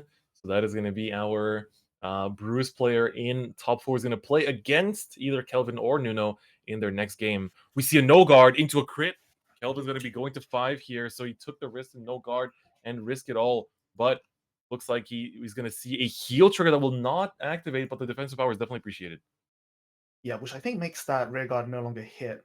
Yes. Yeah, which is exactly why. Yeah. And plus, Nuno drive checking a PG is definitely going to help him out here. This game is so close, it's crazy. Like, this is world level gameplay, and I think that we couldn't have asked for a better way to start the top 8 here at BRO 2021. I cannot agree more. And Kelvin right now is in a situation where his hand is looking kind of healthy. So you're thinking about how to pace his turn out here. Does he want to commit 1 rear guard to force Nuno to use his last meteor, or one of the last meteors? Nuno could probably be, 5-heading it and probably saying, haha, I had 1 more in hand. You didn't know I did. And maybe just still trim out the last one that he has. Or does he want to commit more pieces to the board to try to go for 1 final push? It is really difficult because as well at this point, we have an update from the judge at the table. Kelvin is currently on 7 cards in deck and Nuno's on 6. So if it comes to that sort of race, it is Kelvin's tempo. The second Eclipse Moonlight comes down, so that if he has the Destiate, he can make it 15 now, which is huge. Yeah, that's true. He can solo swing into the Vanguard, which would be huge, but does he actually have it? It doesn't really seem like he has many other offensive options in hand. Kelvin also thinking, there's 1 meteor in play, which means 1 of his own attackers getting taken out. I think on his side, he only wants to commit 1 meteor as well, but if he commits 2, he can turn on the Abyssal Dark Knight. So it's, playing that second Eclipse Moonlight is actually so huge here. It's actually coming out to be kind of the card that's been saving him. But we know, like, with the deck counts being so low, I feel like Kelvin should have more attacker options in hand. Maybe the Bulldoze that, we saw 1 of them come out so far, but there is a second one that should be here as well, right? I could not agree more here. I think it's sort of in a situation where both are playing a little bit not scared exactly, but both are just playing very reserved with whatever resources they have. Because Kelvin does have a Bulbul Mine, as I can see. I saw a glimmer of it in his hand, so he's thinking of committing it here and maybe making use of it, because then he attacks for 23. But then it's 5k less shield. But an off chance that Nuno also has more rear guards in his hand and also doesn't want to commit any pieces either. So this is sort of like a good old-fashioned Western a Mexican standoff, and both of them just don't want to pull a trigger just yet. So we see just the 1 meteor there being committed from Kelvin. So I think, they're playing, like I said, they're kind of playing chicken with the other, being like, okay, I'm not going to commit too many meteors because I have more meteors than you, so I'm going to win that race. And we're just going to see how that works out for him. Trigger coming through. No, it's just 2 blanks, Bubble Mine, and the Stunner there. So he's going to actually be able to survive. This game is really going into the 11th hour. So the deck counts are getting lower and lower. So 5 left for Kelvin now, and Nuno also down to 5. All 12 of Nuno's meteors have been seen in some capacity. So that one in play there is, I think, the last one he can work with. That's the last unit that can get taken out. Whew, how I wonder if Kelvin knows that, and maybe he should have just committed more bodies to the board. I'm thinking about that with that too. knowledge. Yeah. I think, yeah, he's probably just like really apprehensive right now since he doesn't want to risk the off chance that Nuno probably hits over trigger on a column of maybe triggers or something. It still hits for 30, but he wants to keep shield plus a perfect guard in his hand to protect himself. It's very scary playing against into a matchup where both players have not seen their over triggers yet. Nuno really mulling it over here. Like, again, not only are his meteors mostly out, he also has most of his attackers out. And it's also the question of, like, when do we get to the point where the players just pass past each other to see who decks out first? Because right now, they're at the same count in deck, but if Nuno were to pass here, he would be the one that is ahead of the deck count race. Yeah. But of course he only has like what 5, 6 cards in hand. It's going to be quite hard to guard some rear guard attacks from Kelvin. And unless you attack with a Vanguard to drop a meteor to pop that shadow token, you're going to have to be guarding attacks every turn, whereas Kelvin isn't. This is like, I would not know what to do in this situation because it's like you need to get rid of the rears, but you also can't afford to really be attacking with a Vanguard anymore because you just run out of deck way faster. But at the same time, you need to commit cards to board to be able to pressure out cards from your opponent's hand, and it's just so many things that you have to consider at the same time. And we have an update from table 1 here as well. Kent actually takes the win over Marcus. So Marcus was playing Barrow Magnus and Kent with Gravidia, so the pure version of Gravidia. So our top 4 match will be confirmed to be pure Gravidia versus Lorna Roll. That'll be very interesting to see how that goes. Right, Nuno, he's asking for the trigger count for the attack, probably everything count, right? You want to know the attackers, you want to know the Personarize, you want to know the meteors, you want to know the triggers, the PGs. Like, I think at this point, they don't care about the triggers. They're like, how many things can you attack with? Like, what can you still make a board with right now? Yeah, because that's what affects the deck out game, right? Not how many triggers you're gonna hit, because you're probably not attacking with your Vanguard. It's just how many things do I need to guard against? Oh my god, he's swinging. He's committing going for it. Wow. He definitely wants to get rid of that rear guard on the board, which is totally understandable. All right, Twin Drive is still live here for Nuno. And of course, Kelvin still has to guard this first. All right, so it's 23. The numbers, sorry, 28, I believe. So the numbers do make it a little bit awkward to deal with. Does Kelvin have PGs left? That's something I've forgotten to keep track of. So there's 1 in damage. There's, I think, 2 that he used over the course of the game. And I think that's it. Double front comes down. That's going to be a 2 to pass. Gravidia into a crit. That's going to make that an 18k line. So you can actually still swing with the grade 1 over here, the Gravidia Wells. Kelvin, he has a way to guard it. We've seen him check multiple 5k shields, but he's going to drop a trigger for it instead. He's thinking about it. He's going to drop the heal instead, as he can still use that critical trigger to potentially fill up his soul and distribute some power. This game is so close, ladies and gentlemen. It's crazy. Anyone could take it. It's literally just a war of attrition. Kelvin, 4 cards in deck. Nuno down to 3. It's so incredibly close. Kelvin still has more attackers, though. He has another use of his meteor, but if he chooses to attack, he's down to 2 cards in deck. Whereas Nuno, he'll be going to 2. And then neither player can attack with Vanguard, and Nuno can just pass, and as long as he can survive the rearguard swings that Kelvin can do next turn, he might just take this in the deck out game. Kelvin, I don't think he can afford to attack with Vanguard anymore. I think this might actually be where he has to just swing with rears and try to just force out anything he can from Nuno's hand right now. Yeah, I think that's what he's going for here. Like right now, Kelvin's ahead on the card and deck race, but the problem is committing these attackers to force your opponent to guard means that you then have less shield to work with to face your opponent's rear guards. So I think Kelvin here might be attacking into rears, possibly, just to solidify his deck out chances. I think he's just really finally curated his hand entirely. So Nuno has 2 cards left in his deck, so he definitely cannot attack anymore. So he needs to figure out how he'll pace out the strategy because he guarded with a whole lot of triggers just now, and Kelvin has been curating his hand the entire match. Because as you can see, all these units is the ones he probably didn't want to pre-commit, but Whoa. Hold up. He's making 23k line there. So this 15 needs to be guarded with a 5, the 23 with a 15. He committed the Stanner to the board as a 10k shield that can't be attacked into regularly. But even then, this is going to be pretty difficult to take care of. This 23 coming in, we need a 50k shield. He has it. He had it from last turn. Kelvin can still guard this and survive. And now Kelvin can swing once again with both of his rear guards. I think this might be it. This might just be it. Nuno's hand is very low. I think he's down to just 3 cards. Does he have enough to guard these rear guard swings? Does Kelvin swing Van? Does he attack? He does. The front trigger comes out as the shield.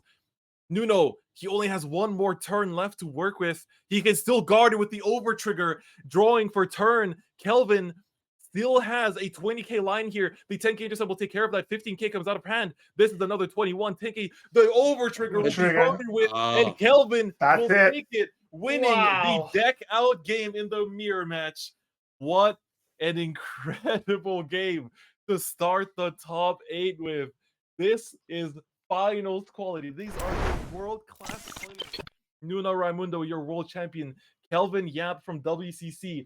Both players incredible at what they do, incredible at this game. What an amazing way to start. I cannot believe it. What a stunning display of both players playing to every single out they had. It was a tit-for-tat matchup. It felt actually Washington control gameplay because both of them finally curating their hand into the late game. And as we can see, Kelvin's list of being able to go over the top, adding extra pressure when he needed to, being able to put the extra Eclipse Moonlight on a board, getting the extra pieces of utility that he was able to squeeze every last ounce of his deck, allowed him to get a victory in this one. Yeah, for sure. There's so many micro decisions that I want to point out there. Like, how many meteors do you drop? Do you hold back this attack or do you commit it now? Like, do you go for do you commit this, damage 9 for the first 2 turns from Kelvin's side? There's so many little things that just really add up. And I even said as offhand, on turn 3, oh, Nuno soul charge here, that might mean he decks out. And we literally saw to the very end, he had there was Kelvin only had 2 extra cards in deck more than Nuno, and that made all the difference. I come from the future. This top 8 game is World Finals level of God tier. Watch the stream right now. Hashtag Bureau 2021. Send tweet. This game was so good. I cannot, this should be going into the 2022 highlight reel. The year started 9 days ago. This is crazy. I cannot begin to explain how insane this was. Just 2 incredible players. It was a mirror match, but there was so much in this game that determined how it would pace out, how it would, who would end up being the victor. And I just can't even speak right now, man. That was incredible. It goes to show, even though both of them are playing basically the same carbon copy list, kind of here and there, but based on what their tech options were, it feels like a whole different strategy depending on how you use it, because Vanguard has always been a skill expressive game. It gives you the feeling that every single deck building decision that you've made leads you up to situations just like this one. It is so great to see when the 1-off card or the 2-off cards that you end up playing, what if this situation happens? Am I gonna pop off like this turn? Might as well put it in because I have space anyway. And you see how it feels and it works out for you. It's the most rewarding feel anybody can feel. It's so good. That was so satisfying to watch as well. Like as a commentator, that is so satisfying to see such high level of play. Man, Ben, how are you feeling, man? How are you not losing your mind right now? Part of it's just because I'm a little bit too tired still, and I'm just recovering from the evening. Understandable, yeah. That was just like you. I'm really finding it hard to put into words just how impressive that game was. How much skill went into that. Just tiny differences in deck construction can affect massively. We saw turn 2, Soul Blast 3, draw a card, made a difference. Only having 8 attackers versus 9 attackers made a difference. Just all these little things really add up. Nuno had more meteors, so he had more to work with. But at the end of the day, Kelvin just used his meteors just that little bit more effectively to just get that extra mileage out of it. You could even say maybe Nuno having 12 meteors over 9, that maybe put him into like a false sense of security. He's like, oh, I can afford to drop 3 meteors a bit more aggressively because I have more meteors to play with. But no, now my opponent has more meteors than I do. Oh dear, what happened? All like back and forth, like like you said, again, Kelvin had 3 cards on turn 3 versus Nuno's 8. Next thing you know, Kelvin has 8 cards, Nuno has 4. Like, oh my, there's so like it's impossible to pick just one moment from that game. You could literally like go through the entire game and like you could make like a 10-hour analysis of like every decision taken. I think the only thing I will put on our microscope, the one turn that Kelvin did get the crit that put Nuno on 4 was probably one of the biggest turning points, because up until that point, Nuno did not have complete domination over the game, but he was ahead by a mile. A good ways, and him noticing, Kelvin noticing, okay, I think I know what my game plan is, and he perfect guarded when he was at 2 or 3 damage, allowed him to basically accrue the advantage that he lost, being able to ride on Gravidia, because of course you lose 2 by using your perfect guard, but he was able to get 2 back by using his Gravidia skill of getting 2 meteors again. So it kind of allowed himself to be okay with trading resources like that, which I think most average players like myself would never be able to see.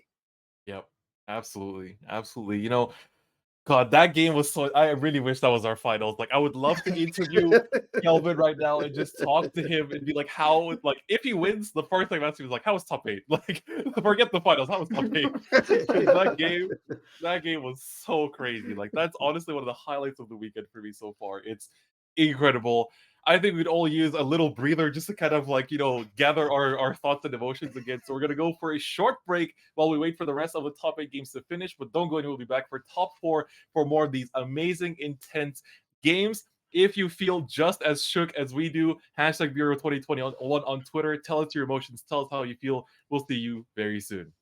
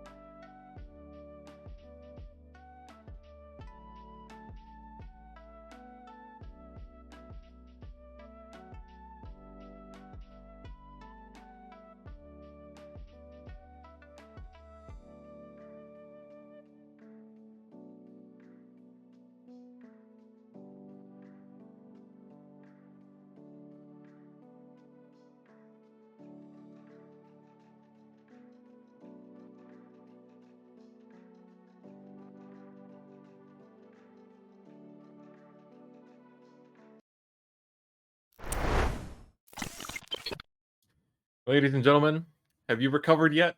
Are you feeling okay after that top 8 match? Because I think I'm still in that zone, man. I'm still on that high.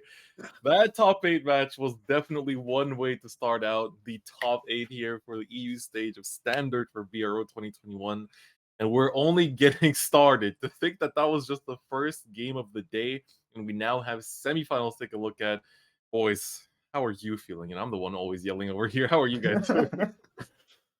It I still need to recover, man. It just sort of I'm permeating every single moment in my mind of like, well, what if he did this? But what if he did that though? It just sits and it just festers in your mind all the time. I don't know about Ben. How you feeling about it, man? Yeah, I'm still totally knocked out. Like, I half of me wants to say that game like just woke me up completely, and the other half of me is like, no, I'm even more dead after that game. There's no way about it. Literally same. Like this game was just it really felt like worlds level, like world finals final game level of gameplay. Like I cannot imagine. Like also their deck lists were just incredible, both so different, but such strong ways to play Gravidia. And it's just I cannot wait to see, for Nuno. He still has top 16 in NA. Hey Ben, you might run into him again. So Yeah. that's gonna be exciting to see. I can't wait to tune into the NA stream. But on top of that, for Kelvin, the road has only just started, right? He has top 4 to play in now, and he might even run into a Gravidia in the finals too, as we're going to be watching our next top 4 match here between our 2 players, Kent and George, from Singapore and from the States. Yeah, all the Europeans are out. What do you mean? Oh My no! Oh god. no! Not like this. Well, It's fine. It's fine. Nuno, Maxime, and I are still in the top 16 of NA. We'll just make top 3. Easy. that's right. Let's see. Easy. And, EU, NA can take EU if EU can take NA, right?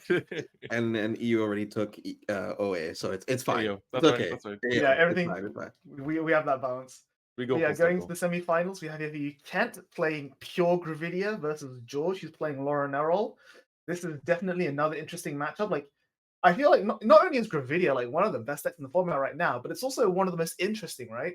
Because it's just one of the more dynamic decks. Like, it's doing so much more. Like, there's so much more to think about. Like, sure, it's really good, and you're just sitting there watching your rear guards get popped by rocks every turn.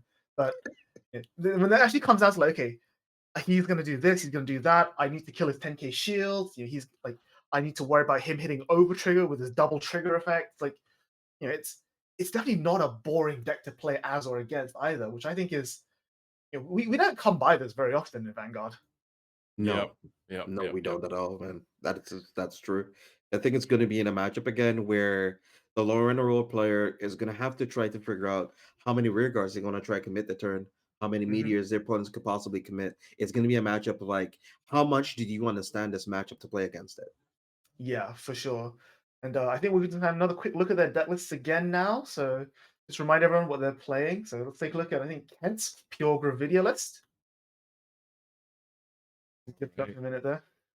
I think we're gonna go through George's list here first. It's gonna be the Lorne roll list. We're gonna briefly take a look at it. These players have made it all the way to top 4. We didn't get to see them earlier. So again, we've spoken a lot about this, but I think instead of talking about the list as much, I want to really talk about this matchup. Like Gravidia feels like it has the upper edge when it goes into Lorne roll because it can kind of like have that earlier pop up, especially the pure version, to kind of try to choke out Lorne roll before it gets to set up, right? For sure, and especially because with George's list, he's playing the Harriets instead of the Andres. He doesn't have as much like of the early fight back, and even though he does have all the standard like pieces, his trigger lineup is 8 crit 3 draw rather than 7 crit 4 draw, which I think I don't think is the right answer. I'm playing 7 crit 4 draw. A lot of people playing 8 crit 3 draw. It just depends on how much more aggressively you can get through your deck and Ekno, and how much more easily you can like sort of one card guard with all their rear guard attacks and so on and so forth. But to me, I think the big decider in this matchup is who goes first, who goes second, and who decks out. Especially because with pure Gravidia, there's not much to talk about George's list. It's standard Laurel, we've gone through a bunch. So if we move over to Kent's list, the pure Gravidia, he has so much soul charge. He's playing 16 meteors. He needs soul because he's playing 4 copies of Barringer. this is a lot more that's going on with Kent's deck that he needs, like, because he's playing the pure version rather than like the slow hybrid version.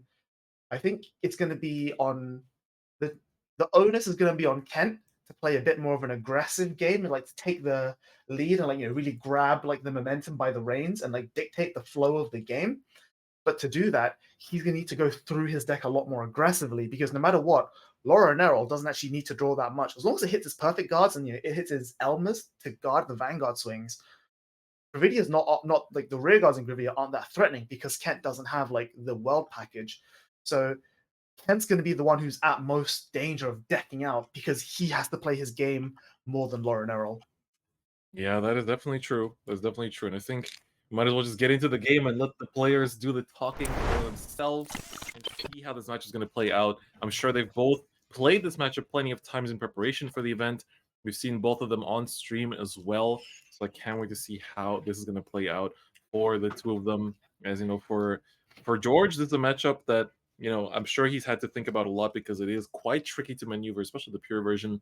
And for Kent, I mean, I think for anyone participating in BRO, Lornal is one of the first decks you consider checking when you decide on your deck lineup as well. Mm-hmm. So we see here George going first, which is really, really good for him. So like I've said before that Laurenel would rather go second because you get the massive card draws from like the Madder Red Runway and so on and so forth. But here, again, because you're at that danger of decking out, and because you know that Meteors are going to have to play into you, you want to maintain that going first tempo so that your opponent can't, they can't run away with some early aggro as they normally would be able to. So Ken kicking the top 7 right here. Taking a look at how many meteors can he add to his hand, and it's adding 3, which is a very solid amount. He's playing 16, so just adding 3 here is a way bigger benefit than any standard normal list would be.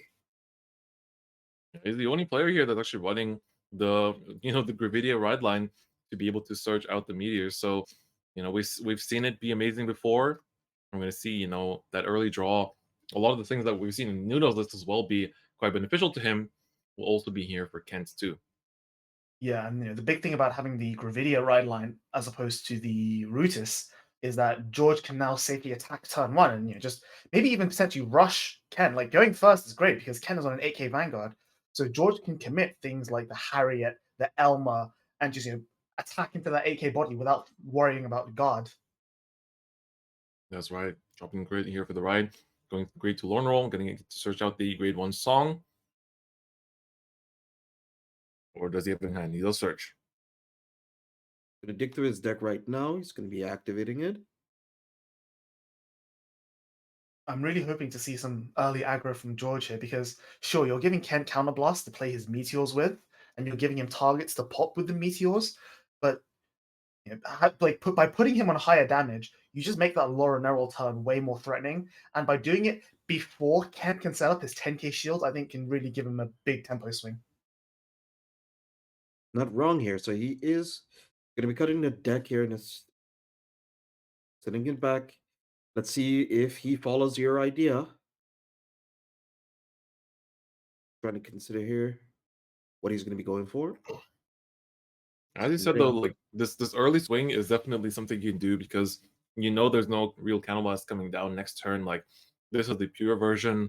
There's no world coming down. The backup attacker that he does run, I believe, he only runs the Beringers and the standards, and we've seen lists with the pre-Bram, but that did not come out on top. And it looks like George is choosing to go for the early aggro.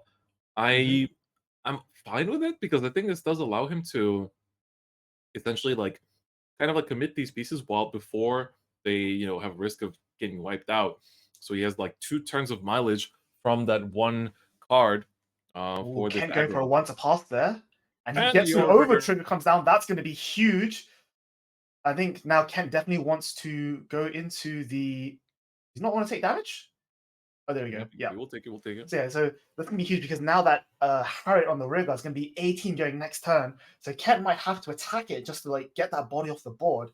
And the draw from the overtrigger is huge as well because something I was literally just about to say is that the one downside to early aggro going first is that it leaves you with very few cards in hand to play with because you're just committing all those bodies onto the board now. And if they get popped later on, you're not going to have them for your big Laura Nerol fractal turn. But the overtrigger completely negates that because now even triggers can just come down to be 15k beat sticks. Oh, it is going to be one of those big narrow pressure situations that we rarely ever get to see. No, he's going to resolve one of the meteors here. It's a soul charge. I guess he was kind of considering it. Is he going to swing into Harriet here? Or is he just going to swing face? I feel How like do with we his want to build, play he kind swing of has to face? swing face. Yeah. Yeah, like that. Like even if you remove the Harriet from the board, just another huge beat stick is going to take its place. Maybe there's been argument to swing Harriet if George is healed because then he would have no counter blast for use Lauren Errol's Act skill during his grade 3 turn. But now that George has the 1 damage, he can do whatever he wants. But George is going to guard this anyway. Kent whiffs, so that's interesting, maintaining a damage lead. I mean, I'm okay with it. Yeah, he is. It's just fine because I mean, right now he doesn't have access to the CB for his Lorena roll anyway, so that's actually a bonus for him too. I think he's Yeah, okay like with this. I guess he maybe would have guarded if Ken was attacking the rear guard. I think if Mhm, Ken was attacking Vanguard on Vanguard, I definitely would have taken it because having 2 counter blast mhm, means you could not only use Lauren Arrow's Act skill, but you can then Ek Noah in the same turn for even more tempo and draw going into your opponent's grade 3 turn. Of course, the mhm. only downside I had to guarding that turn is that here we see the Matter Red one runway being put into the order zone and not drawing a card. So again, George is not like normally we see Lauren Errols with literal like tomes for hands, like 10, Yep. 11, 12 card hands, and I think George only has like 5 or 6, so a far cry from the massive stack we're used to seeing otherwise. And like you only need 4 cards in your hand as a Lauren Errol player versus Gravidia, and those 4 cards being perfect guards. So it's not the end of the world, especially now that George has hit the over trigger, so his rear guards can swing for reasonable numbers. The downside here is that he still needs to dig for 6-flower fractal, and he still needs to dig for other things to actually make that turn threatening. So see if he has that or not. He's gonna sing the Romantic Happiness, 5k and draw. Okay, it's going to get turned down here for the song, of course. First you play the effect, then you turn it face down. And so with this, the first grade 3 turn isn't as impactful, but it's just kind of like the prelude to what's coming, right? There's a lot more pressure and a lot more power that's gonna be coming down onto the board here for the Lauren Roll deck and for Kent. I think, the thing that George has to think about the most right now is like whatever you commit to board is probably gonna get reduced to ashes. And you commit a second card, you commit a third card. I think Kent Yeah. is really happy to get rid of those cards next If turn. I was a gambling man, I would say those face down cards are an Ek Noah and a Louisa, so you can countercharge with the Vanguard swing and then counterblast with Ek Noah to draw 2 more cards, which he definitely needs. There's the Fractal, which is great, but we see now George only has 1 or 2 cards in hand. Yep, I was right. Wow. Louisa and Ek Noah. Jackpot, baby. So he's going for this card draw, and those columns are huge because of the overtrigger. But like you said, there's no way Kent doesn't play another. Like Kent's definitely got at least 2 more meteors in the order zone from riding Nordlinger. So 100%, those 3 rear guards are going to go off the board next turn. Like that for a fact. So are those 2 cards you're drawing with Ek Noah really worth it? You got to ask yourself that question. And I think George probably said to himself, yes. Yeah, Because I don't blame him. Defensive command for Kent doesn't help at all because those rear guards are still like that. Ek Noah on its own is still 25 before triggers, that's kind of yikes. that it is. I think he's trying to consider whether or not he wants to guard here. I guess he's going to forego it. He did drive into a front, but he ended up guarding with it before. Double Laurel. 2 Oh. persona rides. That is. I would. Oh, Defensive trigger. here That's as not well. bad. George All probably right. still attacks with the Ek Noah just for the card draw anyway, but it definitely not being on 4 damage this turn is something that I think Kent's very grateful for. Yeah, I think this is one of the biggest turns that he could have probably needed that right here. It's going to be using Ekno skill, probably discarding one of the winner rolls. Of course, since he doesn't need multiple copies of it, he just needs maybe 1 or 2. Going to draw some cards, get some advantage back again. Keep in The mind, persona ride is EXP. cool, but you have Overtrigger now, which is basically constant persona ride, so I think he's fine to give that up just once. Yep, so of course it doesn't hit because he did have the defensive overtrigger there. So with this, that is going to be the turn. And we're going to go back to Kent. And so for Kent now, George farmed up a nice little hand, but Kent's like, ooh, that's meteor fodder. Perfect. Yep. All right. We see he's going to get 2 more in. He might play a 5th one from hand. I don't think he's going to go for the double trigger effect like on turn 3 because his deck's not that compressed yet. But definitely like A, the crit to even up on damage, and B, the pop 3, just like, say tell George, like, yeah, your body's like, please commit more cards to the board, is definitely like, now this is where Kent starts to reclaw back some of that tempo that we talked about. Like definitely here, like there is no doubt in my mind that he's probably gonna put those cats in the shower right now and and toss some meteors at them. Like definitely, it's gonna happen. And right now, look at Ken's hand. It seems that they probably have swapped the archetypes right now because it does look like it's had like what 12 cards or something in it. It's quite huge Crazy. compared to George's like 5. That's crazy to me. Yeah.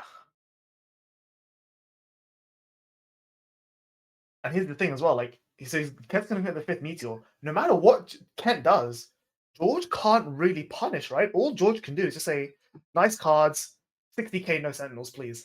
Whereas Kent is like, nice cards, bye-bye. Exactly. So I mean, it'll come to a point where George will probably have to commit triggers to the board. Has to. And of course, they're going to probably get decimated, but as long as they keep on dealing a point of damage, I think it's a worthy trade. You might lose out on a whole lot of tempo because of it and guarding potential, because earlier in the game, when he did have to ride up through his ride line, he did end up having to discard a whole lot of 15k shields there. So he is down like 45k shields in total. It isn't the worst, but it's not also the best if you're trying to scale into the late stages of the game. Yeah, for sure. And that's where this overtrigger from George is going to make a real big difference because whereas before you only had like what 11, maybe 12 good rear guards to attack with in Lauren Errol, because the overtrigger, your entire deck has attackers now, baby. Mm-hmm. Yep, that's very true. All right, 3 meteors get committed. Kent has a really cool way of kind of like displaying, like his meteors are like stacked. His damage also like turns, like 90 degrees when he counterblasts it. And so this is coming in with 28 with the bonus crit. Field has been wiped out. It's just extinct right now. But of course, he still has the bonus attacker here coming down. Didn't commit as much because, again, that's the pure list. You don't have that many attackers to go through. And so the extra draw you get from the meteors is really important to try and find. Double meteor check, though. That is not a drive check you want to be Not seeing. what you want to see. Double defensive too. Wow. And a draw here too. That draw, I think, out of both defensives is probably like one of the biggest here because it allows him to just accrue more card advantage here because he's gonna go into his Persona ride, draw an extra card, and if he does have an Eknoa, he's gonna draw more cards off it as well. So he's actually gonna, because of that draw, possibly keep up with the media potential here going forward. Mm-hmm. Part of me wants to say, like, maybe it was worth saving the Persona right here. We know he discarded one for the Eknoa last time, so he only has 2 left in the deck. And there's an argument that the longer the game goes, like, at the moment, that Meteor hand is way too big. Like, there's no way George is winning the game on the spot this turn. So I maybe would have considered holding on to the Persona right, just so that, when you have, say, maybe 4 orders face down, when you're resetting your entire board, you're then looking at, like, say, 60k van, plus the Persona Ride on top to actually make your rear guards threatening after you stand your boosters. But yeah, no, I can see also you may want to commit it now just for the card draw because you say his hands, the draw is useful, the defensive draw, but his hand is still in like 6 or 7 cards, and he's going to commit another field again, which is yet again going to go bye-bye. Mm-hmm. So I think it could be a Harriet and a Eknoa.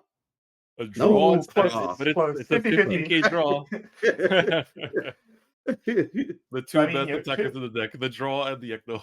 Well, 25 because the Persona, right? So yeah, it's still definitely doing a lot of work. So he's going to sing Matter Red to gain the crit there, which is still good. Kent's on flop 2, but it just means that all Ken has to do is just guard these rear guards and then take the Vanguard swing. And sure, you can say like all he has to do is guard the rear guards, but between the Overtrigger and the Persona, right, that is still a very tall order.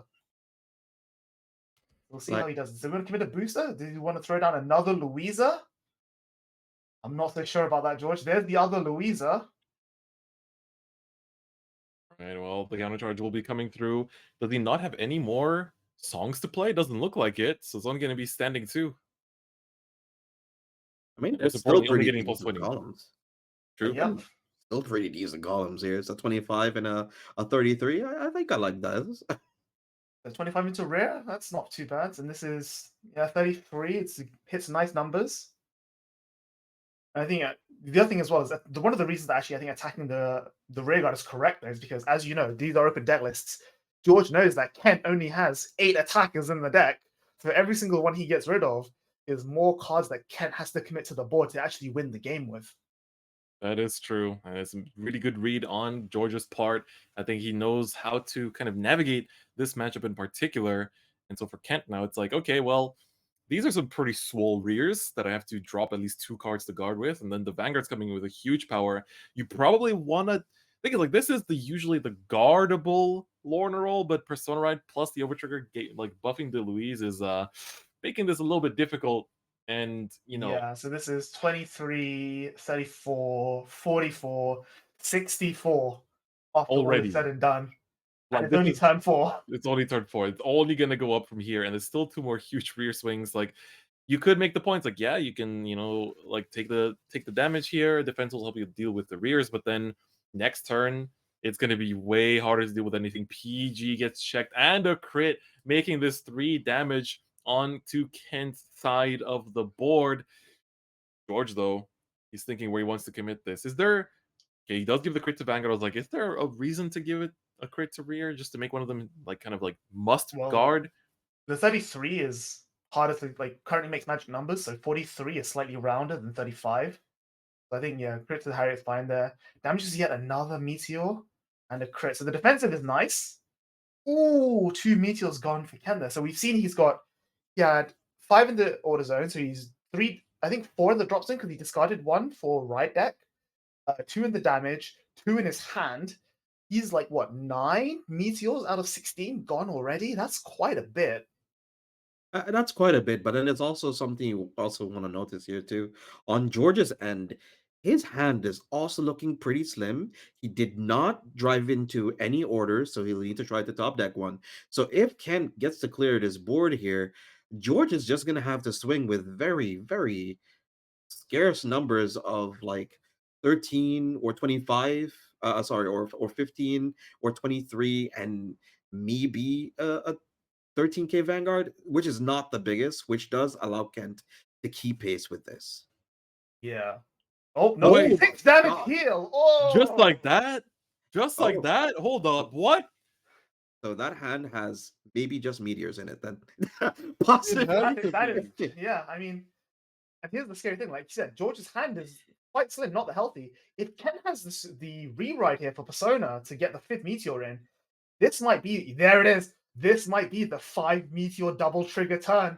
I think he has to. He has to. He's thinned out. His hand is probably like 10 meteors at this point. Like, I don't know what's going on. Like, taking that damage just like that so nonchalantly and getting saved by the heal. Like, hello? That's crazy. Yeah, his hand, there's no way he can't not guard that attack, right? It has to be just meteors. It has to be just meteors. Like, there's no other way. Which is also concerning because that means he doesn't have any attackers for this turn either then. Yeah, so he's relying on the draw 2 from the meteors and the draw 1 from Persona Ride to get him there. Wow. Wow. Oh, and if there was ever a time for you to stand up, now would be it. All right, let's see the cut here. Of course, the cards in his deck area is his hand. It looks very plentiful, but I think he has more cards in hand than deck at this point. Yep, I think so too. But the fact that most of them are meteors is very concerning. Let's see. I mean, he might have some attackers, but he just didn't have enough shield in hand. So he does There he is, double stunner. But and plus, then his hand being all meteors is totally fine because that means there's no more meteors in his deck. That means his drive checks are all live. Oh my god. So we'll see this happen. He's going for the great video swing. Go for 5. Come on, Ken. Yeah. Show us the true Gravidia special. Show us what it means to just see the double crit and double it all. Will he find it? Yeah, I think. Oh yeah, that's not a risk you can take. Definitely. Let's see what he does here. We did see him drive check into a perfect guard before. Is he considering just no guarding this and perfect guarding the rest of the rear guards? He's asking him, hey. Surely not. No, that's his game. It's already 38k with a crit. And you can't even say 2 to pass anymore because 2 to pass is actually 1 pass, remember? Yep. Yeah. I think he's asking for triggers. Like, what could he have left? Because even if he goes for like a double heal here, that's also fine as well. If he drives a heal here, that's also godlike, I feel. Oh, for sure. Yeah, he's definitely not going to be upset with that. And he definitely has heals left to check. So it's the world is Kent's oyster right now. Oh my gosh. All right, here we go. I think he's asking for all the triggers he has left out here. I think I counted like 6 or 7, maybe. I think. Like one Oh. OT, 3 crits, 1 heal, I think, and a 2 heals, 1 in front, damage, 1 in drop. and a front and 2 fronts because he soul Yeah. charged 1 and guarded with 1. So he Yeah, still So has he's like a still pretty healthy in deck. Yeah, and like the hand probably doesn't have the mid to pass that battle, right? So it's like, and take the 6 damage. So I'm assuming that deck is mostly triggers right now. Yeah, I think if I'm in George's shoes right now, I would definitely be sweating bullets. It's almost poetic justice in a way that Lauren Nerl hits an early overtrigger just to get out-rocked. Yeah. You could say it's a pretty solid strategy. Hey. I'm surprised by the low amount of rock punts, to be honest, so far throughout the stream. I'm gonna be very honest with you guys. I mean, we're pretty stone cold people, right? We don't really. We Yeah, I take mean, it for. these puns are quite hard to come by. Ah, okay then. Okay. Sorry, all I've got is solid rocks, brother. I can't really tell you. It's okay. It's fine. It's fine. We got you. George now looking at maybe his chance of killing defensives. We know that he's hit his overtrigger. He's discarded a heal to ride deck early on. He guarded with 1 not too long ago. So, yeah, it's not looking great for him either now. Things are suddenly very dicey. Yeah, he's considering it. He's like, okay, do I live here? Yeah, and the other downside to not having that many orders, like, he only had, he's hit the 1 fractal, he doesn't have a second fractal, which means that these Elmers that he may or may not have in his hand, they're only 20k shield. And 20k shield is 1 pass. Yup. Yeah. You could say George is stuck between a rock and a hard place right now. There we go. Oh, we got it. PG So the coming down for does George. come out for George, thankfully, but all that means is that these crits that Kent's going to flip is just going to make his rear guards even more scary. 4 cards in hand. Ooh, that's dangerous. If we see double crit, it is gonna be game because that's gonna be 3 crit standards. There's the first one. Let's go. Oh my god. Kent must be rejoicing as we speak. He can already make one of those swings completely lethal. A 3 damage stunner right off the bat. He puts it all on 1 rear. That makes it 45, which George is going to need what? 35k shield for, which is at least 3 cards. That is my really God. good. Oh man, I hope the rest of George's hand is 2 PGs and 2 blanks. Because that's the only way he's surviving this turn, I think. Oh, Yeah. yep. Absolutely. And don't forget, before he also discarded like 30k shield for his ride line. So this is check. PG. Still 1 crit. So now George Only can 1 afford lethal to swing. guard. Yeah, he can afford to take one of these, but again, Kent's hand is huge, so he can probably survive. But he's very Can low he, in though? deck now. Yeah, Can maybe, he though? Look, yeah, he can. He depends can. on whether or not George has the other 6 flower fractal. that's true. Yeah, he's gonna It have all to depends drop. on this. How does a George lot- guard this turn? Look, it feels like a PG. Like when somebody's like thinking over 1 card, I'm assuming it's the PG, but 45 is guardable. Like that is 3 triggers and you're good. Yeah, or at least like a front and 15. There's Right? no special fronts in lyrical. Yeah, not until Enigma. Oh gosh. Or Elmer, that'll also do it. That is 20k Yeah, shield. that puts him up to 33, so he just needs another 15. So the drop a trigger, maybe? That's an attacker out as well that he could have used on Laurel turn. So regardless, Kent, yep. Okay, George will survive this, but Kent is doing a really good job of restricting George's offensive potential. I do agree with this damage push as well because you want to set up for a lethal swing like for next turn. Otherwise, you're way too far behind. And Yeah. that's a pretty good card to send to damage and not let George have as an attacker. The other problem as well is that George has 3 cards in hand. So assuming one of them is the fractal, which he absolutely needs to win, he'll only have 2 attackers. So he won't get the full 30k from the fractal onto his Vanguard. Hey! So we have the fractal. That's great. Okay, we take those. Okay. Yup. And he needs to commit rear guards to the board. He'll So I only think he get like there we go. So he flips the Romantic Happiness, which gives him an extra draw. He doesn't need to crit because his opponent's on 5, not 4. So the Mhm. extra draw can maybe give him the other rear guard to put on the board to maybe get that 30k off of the Vanguard swing. This is I think George's do or die moment right here. Yeah, this is basically his final turn at right now at this stage. So let's see if Roll does have a little bit of soul, or they're going to be hit with some hard rocks. All right, 3 cards in hand. I think, come on, George. I think you just have to put them all onto the board here. You have the OT active. Like no matter what you commit, it's gonna be a solid swing that is forcing at least 5k or 10k guard. And he knows that Kent drove check a PG. So at most, Kent PG is a rear guard column. So I do like the strategy of putting the one behind the Vanguard. Just say like, well, that PG is useless. I hope the other 5 cards in your hand can guard this. Because it is going to, he does that percent right. So it's 13 plus the booster, which is at least 5. So 18 plus the 10 from the other trigger is 28 plus 30 is 58k on his Vanguard column. Sorry, plus the 5 from the Romantic Happiness. So it's a 63k Vanguard column. But he only has 2 attackers. Is that third card in his hand another order? It's another order, I think. Also, he's only going for 3 has to be. attacks. Oh man, George, I hope this works out. This might be it.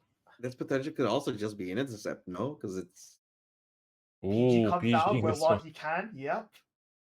All right, and getting rid of the meteor that we for sure is clogging up his hand right now. That's for sure. And right now, Lorne Roll will get to stand 2, but only gain 20k power as a result because she's restricted to the power gain by the amount of things she stands, not by the amount of the songs sung. Yeah, this so is it's 53k coming in at the Vanguard, and we'll see if Kent can guard this. He does have a pair of 10k shields on the board in the form of 2 Stanner, so it's not completely hope is not completely lost. And he can always just double it. He can use those Stanners on that restanding crit, which is only going to be 25k power, but it is still it's going to be tough. yeah, he's going in. That's the Standing 2. Riz. Yeah, so like I said, 53k. Come on, Kent. Is he a mad lad? Is he just gonna say no guard again? Oh, it's looking like it. This is gonna be pretty huge. Does he have the shield? Has he drawn enough so far? You know, he got the 1 crit there from the drive check, but you know, the PG the drive check we've seen him use already. Has he drawn enough to guard? We're seeing a trigger count, so I think for Kent this might be a question of a 2 to pass and pray. And even then he has to still guard the last rearguard swing that could inherit all the power from the top 2. I think he's even just I don't know if Kent can afford to bank on another 6 damage heal. That might be pushing his luck a little bit there. What's a bit of luck between rock and roll, man? But yeah, George hasn't hit that many Eknoas, so his deck's not that thin. He's not mega compressed. So if he was going to 2 to pass, this is a 2 to pass that I would not complain about. I think we just got the confirmation there that he's 11 triggers out, so 5 triggers left in an 18 card deck. Yeah, if I'm Kent, like I'm feeling pretty good about those odds. See here. I think would he possibly also maybe has just enough for a 1 to pass as well. It's a possibility. Like I said, he still has to keep those Stanners on the board to intercept off that 15k rear guard. So he's not out of the woods just yet either. No. Well, he's just committing so much right now from hand. I hope that after guarding this, he has enough to survive the rear guard swing, considering how big it could get. There was no persona right this turn, right? So it's still just coming in with 15 yeah. for the time being. But I mean, he has 2 10k shields on the rears as well. Let's keep that in mind. The Stanners are I they're don't like amazing how many attackers. cards Kent's putting on the table there. Yeah, me too. Me That's too. making me really nervous. Oh, they're just man. counting the power again. Again, I do like that he committed the booster here as well, because like having this be an almost unguardable Lorna roll versus like another 15k swing, I think we know which one of the 2 is more lethal. Yeah, for sure. Especially like knowing that he's gonna have his board retired. Like these rear guards are big, but they're not as like significant. So I think it's the turn before, I feel like George's making the decision like, okay, I can guard this, but worst case scenario, these are 15k bodies on the board, like as opposed to orders. I think that's the big like factor there. Like both players at this point are effectively running on fumes because, as you say, Kent's hand is mostly meteors. So no matter what happens this turn or the next turn, they're both literally just putting down whatever's in their hand that they can attack with, just to like squeeze out that last inch of pressure. True. Because like you also need to think that if Kent uses up like all of their hand here to guard just this turn, maybe for a one to pass, he's also Kent is probably also considering if I use everything to guard everything, I might only just have my Vanguard only, no meteors, no nothing, and he might be in the same situation again as he was just like last turn. And what he could probably have is matter runway or fractal or could be literally anything right now in his hand. Yeah, plus remember, Kent's deck is very thin. It was like 8 or 9 cards last time we checked, and Yeah. he's seen a huge number of his meteors already, and we have to assume that a few more are clogging his hand. And he's not playing the wells to play them from the hand. So, and having dropped the 5 last turn, I don't know if Kent can, even if Kent survives, can he do anything here? Is the question. A lot of shield. Okay, so that's 20, 50k. So that puts him on 63, which is a 1 to pass, intercept for a 73, 2 to pass. Yeah, I think this is what he'll have to leave it Yeah, at. that's what he has to do. I don't think he has a Yep. choice here. And now you just have to pray that. Oh, he's committing more. Is that no pass? That is no pass. Wow. So he's giving up all of his attackers too, potentially, which is kind of yikes for closing it out next turn. I feel like in this situation, like you have to take a little bit of a risk, right? Yeah, I think the two to pass here is okay. I would have even Instead, considered 1 to pass realistically. Like I said, he's 11, like George's 11 triggers out, so 5 left in an 18 card deck. mm-hmm. I'm the kind of gambling man, so I think for the chance of maintaining 15k bodies to win the game with, I would have taken that chance. I think so too. We'll see if he's justified in hindsight. Right? Order into a Draw. draw. Still sees the trigger. And this is now a 25k attacking rear. So one card will guard it. But does Kent keep enough shield to deal with it? I really Does hope he have so. that one card? Yeah. I mean, again, in this situation, I would be dead, so I don't know if I can say much, but again, so he has the PG. the 2 cards in hand. One of them we can say pretty confidently is a meteor, right? Yeah, I would I think So assume, does that other yeah. card do anything relevant? The important question. How many cards left in deck? 6, I think? Yeah. Yeah, that is. This is a little rough. And for Lornal, 3, 4, 5, 6, 7, 8, 9, 10, 11, healthy. 12, 13, 14, 15. That is definitely fine. Definitely That's fine. the one benefit to not seeing Eknoas, which is that you're never at danger of decking out. And again, because of the overtrigger there, George can just go like, okay, crit, trigger to the board, 15k, trigger to the board, 15k, and at some point, Ken is going to be unable to deal with those. He's in a pretty tight situation here. He's deliberating with his drop zone, taking a look at his meteors, see if he has any more left in his deck. Possibly has a Gravidia rewrite, maybe, that he might have top decked into. Trying to figure out, does he have enough to play with to search through his deck for? Yeah, I mean, even if you had the Persona ride, I probably wouldn't take that risk, just because I just don't want to deck out. Like, sure, you need attackers, but at that point, we've seen multiple times throughout this tournament, Gravidia players, even though they have Persona ride in hand, they just put down the second copy of Nordling onto the rear guard circle as a 13k body. Like, that might just be what Kent needs here as well. I think he's considering it because what could happen is that if he has exactly 2 more meteors left in deck, right, and he has 1 meteor left in hand, he can get to 3 and swing with Van for 3 meteor. Oh, pop. you're right. I think that's exactly what he's doing. Oh, he gets to But- look to his deck. Does he have the 2 meteors? I don't know if he does. I guess No. he doesn't. No, he completely whiffs, so they're stuck in his hand. I guess he probably drew into it off of the Persona ride. That would be. Oh, he had 1 left over, and I guess he just drew it. Oh, Yeah. no. That's pretty scary. Of course, George is only on 4 cards in hand, so maybe George might not be able to guard a 38k Vanguard swing. Yeah. Oh, no. This is not a great position to be in for Kent. Yeah, it's really dangerous, and like not having the bonus right here to boot is gonna be quite big as well.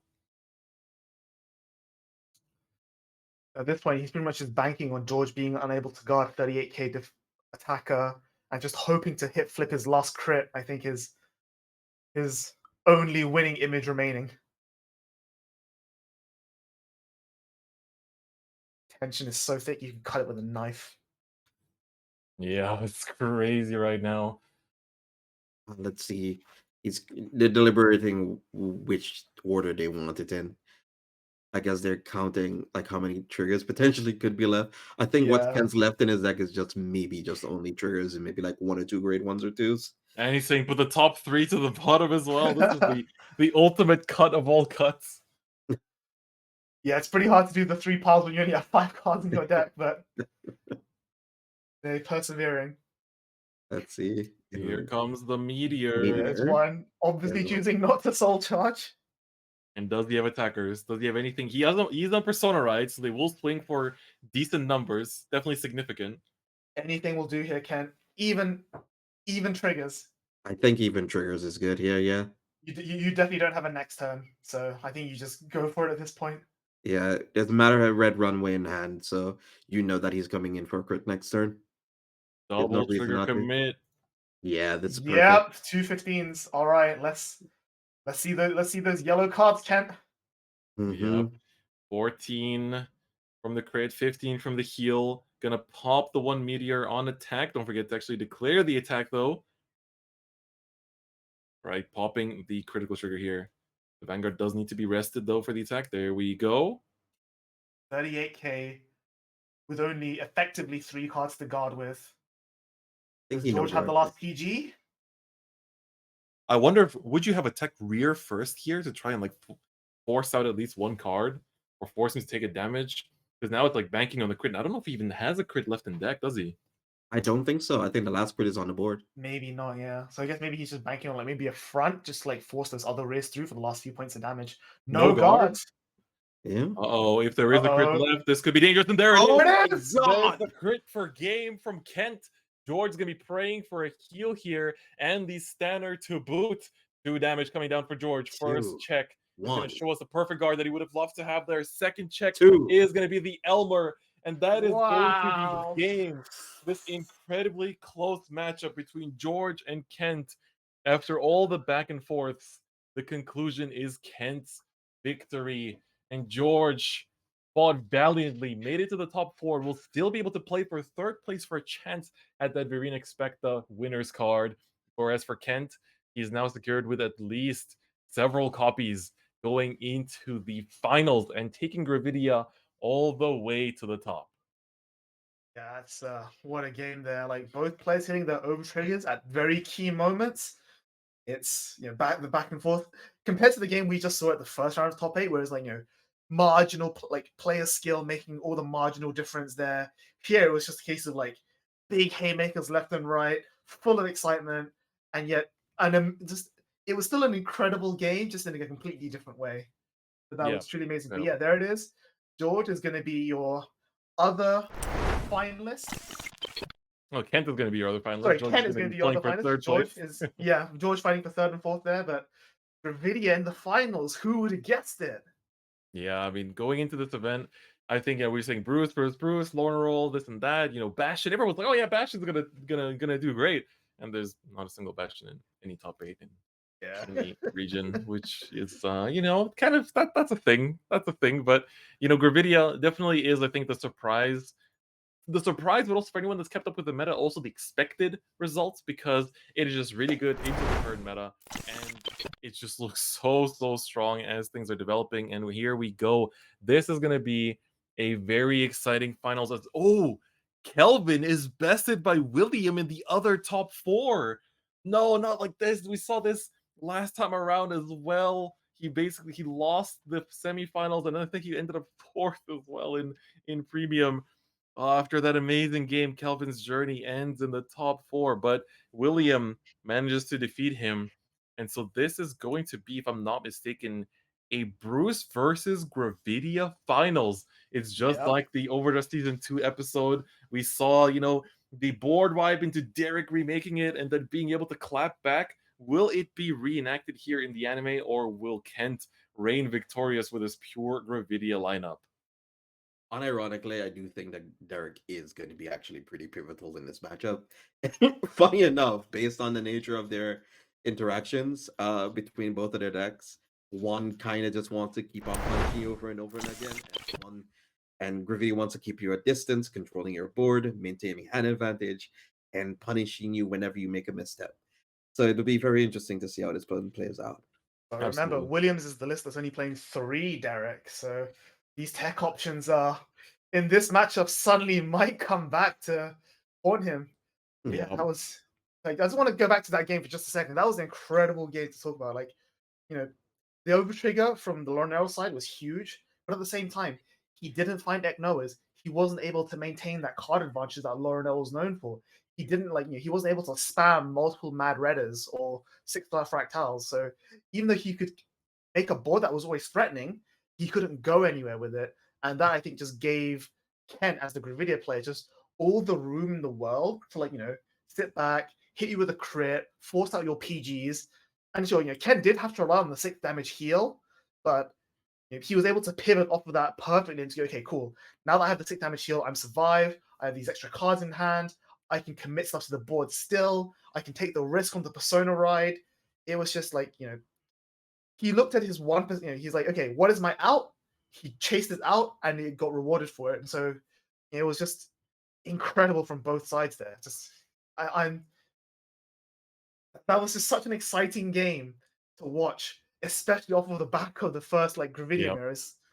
I can't wait to see what the finals has in store, man, honestly. Yeah, it's gonna be insane. Like, I think Gravidia versus Bruce finals, I think, is really a perfect way to end it too, because it's a deck that everyone expected to top versus that recent development, the kind of counter pick almost, because I would say most people would agree that especially the Orphis Gravidia version, the World Gravidia is a really good matchup into Bruce, but even regular pure Gravidia is also really, really strong because you just have so much going for your early game as well that you can kind of push Bruce into a corner before they can go for their strong final rush turn, or you kind of cripple their final rush turn quite a bit by ripping out a lot of their key pieces, but Bruce has tools like Derek to bounce back, and I can't wait to see how it's going to go. We are going to go for a short break while the players get ready for this final match, but don't go anywhere. We'll be back very soon.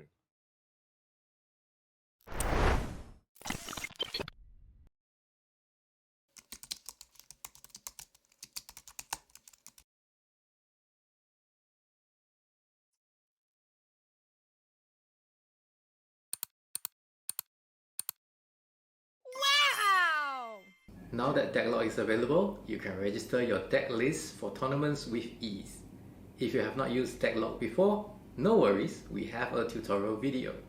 You can find both the links to Decklog and the tutorial in the description box. Now, due to the shenanigans from the last event, this time we will be introducing a new procedure into the tournament.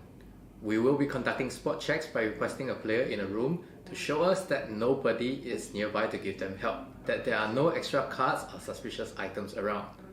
First, the players who will be checked are based on a highly scientific method employed by many entities and game designers all over the world.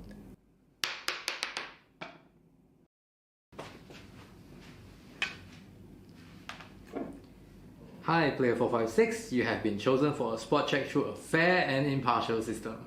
Oh, I've been selected? Okay. So first of all, this is my table, and as you can see, I'm playing Lyrical Monastero. I love Lyrical Monastero so much because the characters are so pretty and so cute. Okay, now I'll show you my room. So hi, this is the room that I usually play Vanguard in, and as you can see, there's no one else here but me. Okay, good, thank you. I'd like to show you Vanguard collection. I've been playing Vanguard ever since the first release, and I also have my showcase here. I have G series, V series, and Overdress. Thank you Not for only that, I cooperating. love Weiss Schwarz as well. I play Persona 5, and I have a lot of other collection over here, as you can see. Very nice, I know. Thank you. Good to know we have such an enthusiastic fan. Anyway, there have not been any incidents where we found players cheating with external help, but we hope this extra layer of precaution will deter any attempts, as well as reassuring all participants. On a side note, please do not use your phone during the tournament. This has been a rule for physical tournaments all along, and it is not any different for online tournaments. Players caught using their phone during a match is considered an infraction. First infraction, you get a warning. Second infraction, you get disqualified. We meet again. Yes, but this time it will be a different fight. Oh! Guard!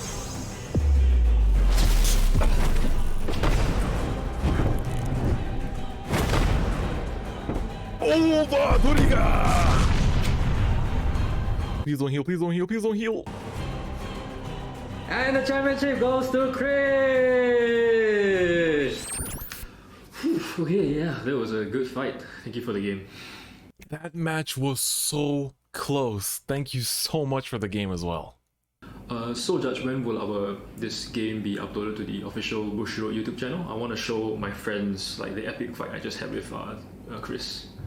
Oh yeah, I want to show my friends too. Because one of you used a playmat with a yellow rat and a blue turtle. Actually, it's closer to a tortoise than a turtle. As we can't show merchandise that isn't from Bushiroad, we can't upload the match.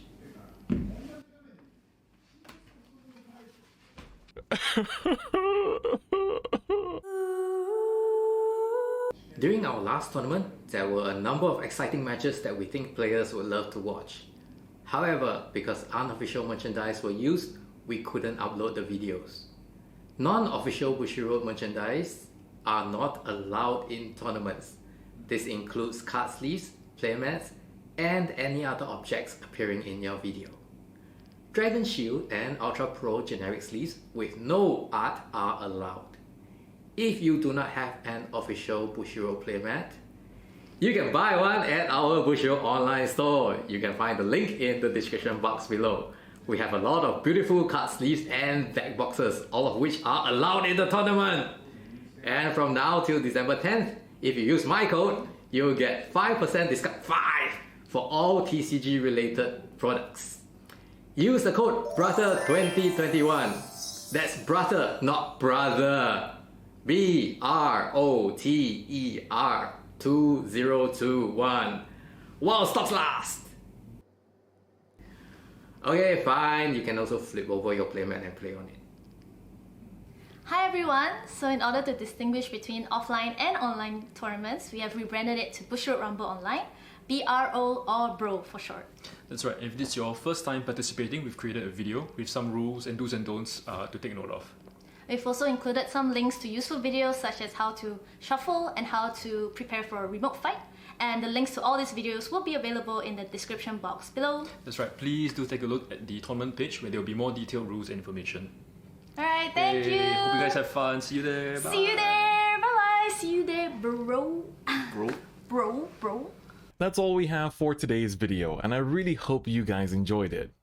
During Bushiroad Springfest Online, we had a lot of players, both new and experienced veterans, come into some of their first online tournament experiences through Remote Fight, and we got to see some amazing narratives develop. Some people start new chapters in their competitive history, some people start playing competitively for the first time ever, and I can't wait to see how the stories and the narratives of these players will further develop throughout Bushiroad Rumble Online. In case you don't already know, I will actually be commentating all of the Vanguard stages for Bushiroad Rumble Online, so I can't wait to see you guys in the chat for the tournament. This couch I got on sale, it was like very cheap and it's very good as well. So I recommend you guys to go and get it. Not only that, I have a lot of Bushiroad posters. I love Bushiroad games. Oh my god, I'm so happy.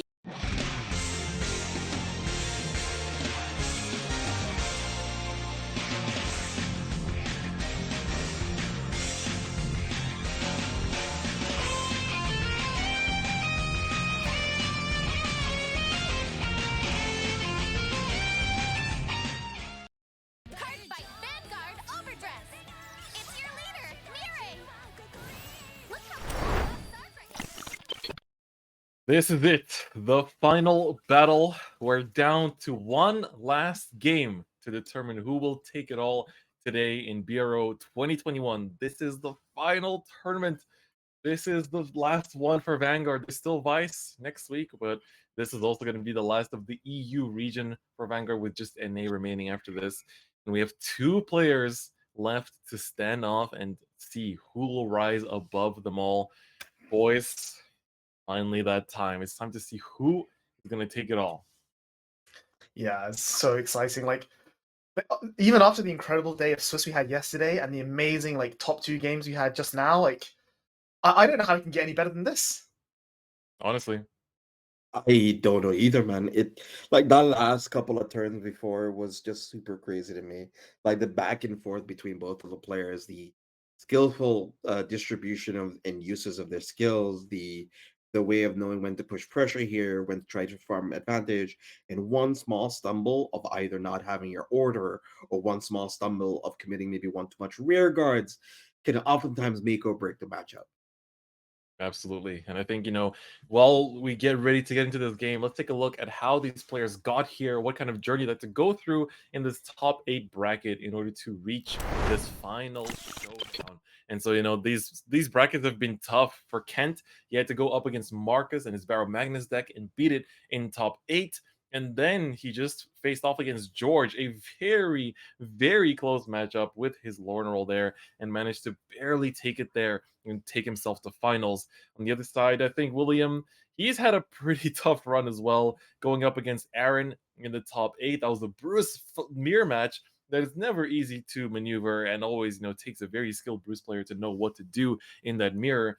And then he went up against Kelvin, arguably the favorite to win it all after that really incredible top 8, and managed to beat him as well. So both players built up a lot of experience throughout this top 8 that is taking them all the way to finals. So Ben, I think we can also take a look at these deck lists one last time to see exactly what the cards are playing for the people that didn't see the start of the stream, maybe just tuned in now for this final match. Yep, I'm just gonna take a recap for you here, starting with Kent's list. We see the pure Gravidia. We literally just saw it in the first round. But yeah, 16 meteors, all about the consistency. There were times where that maybe we thought that was gonna bite him in with meteors clogging his hand, but he managed to get through it just in time. And yeah, just 8 rear guards that hit 15k, enough cards to draw, enough pressure from your Vanguard swings. What more can you really ask for? It's just pretty solid. But of course, on the other side of it, we have Williams' deck, the Bruce, and this is one that we didn't get to talk very much about at the beginning of the day that people may have missed. So I just want to spend a little bit longer talking about Williams' deck, just highlight some the choices, especially in the context of this match. So give us just a moment here. Yep, take a look at the Bruce list after, because of course I think the card choices will greatly determine how this matchup will go. The special emphasis on the Derek that is so key. But for Kent, he's been playing with the tried and tested, but also because Bruce has so many tools in wiping the board with whether it's Derek or with Leonard attacking into the columns, that will potentially make a pretty big issue for Kent once he runs out of attackers. That we've seen, he's been very careful with what he commits to board to make sure that he doesn't run out of juice and he can still continue to produce the attacks onto his board. But we'll see once production is ready to take a look at the Bruce list here from William. Again, we have Singapore versus the States here. William from the States representing Dark States here, and he has Eden, of course, which is also a very nice tech, especially for the mirror that I'm sure helped him a lot in his top 8 run. The Mabel that we see is the one of 2, but it's that Derek for me right now. The Derek and the Leonard that will be very, very important in this matchup. Yeah, so Gravidia's, especially in the pure list that Ken is playing, doesn't really commit that many pieces to the board. Like I said, he only has 4 Stunner and 4 Barringer as his rears. It's very rare that he has a back row other than, say, putting down triggers, just go for the push turn. I think Leonard is going to be a little bit less relevant here, but definitely the Eden, because as we know, Gravidia wants to have that early turn 2 rush because it can always get 15k on turn 2 guaranteed. So having that Eden to be well, if it's not a Stunner, you're going to need to either guard this, or I'm going to counterblast one to retire your Stunner, and then you just lost 10k shield for no reason. Cards like the Mabel and the Doba, I think, are going to be a lot less impactful here, but it's the fact that he's running only, say, 3 full dive to really get the power pump. He's only running 3 Derek, so if Gravidia goes for a full board wipe, he's going to have struggled to recover. He doesn't draw into them. And I think that's going to, it's these back and forth of okay, can I stop your multi-meteor crits, and can you stop my final rush? Is what William's going to be looking at here. Because the other thing to note is that one thing about these, the quote unquote 2.5 version of the Bruce list is that it's very good when it comes to consistency and plussing and getting the cards it needs, especially between 4 copies of what's the name? The grade 3.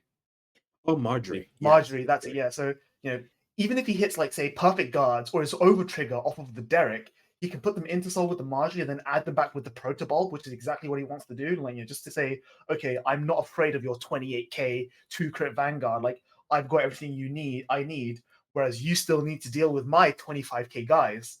So it's definitely the ball is going to be in Williams' court here for him to like get the pieces he needs and play around what Ken is trying to do.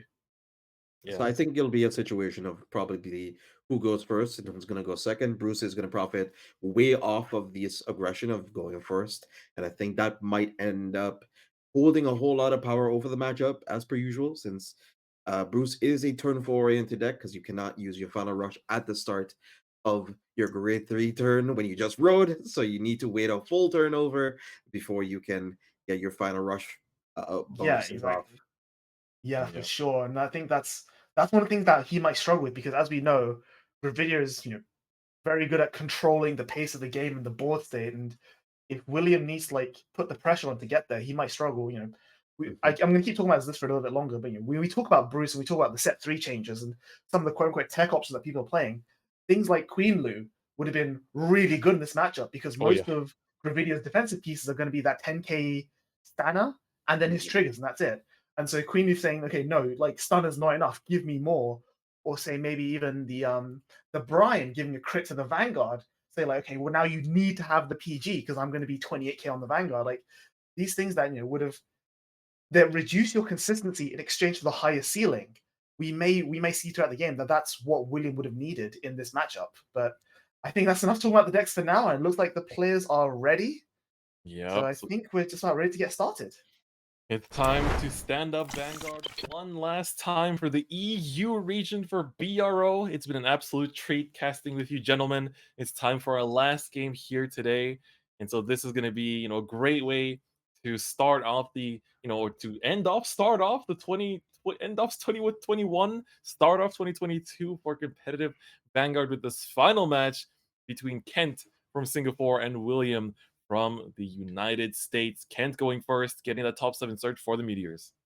Yeah, the tempo swing going first is huge there because it means that on turn 2, he can commit a pair of 15k attackers into William's 8k body, finds 3 meteors. Oh, what a plus.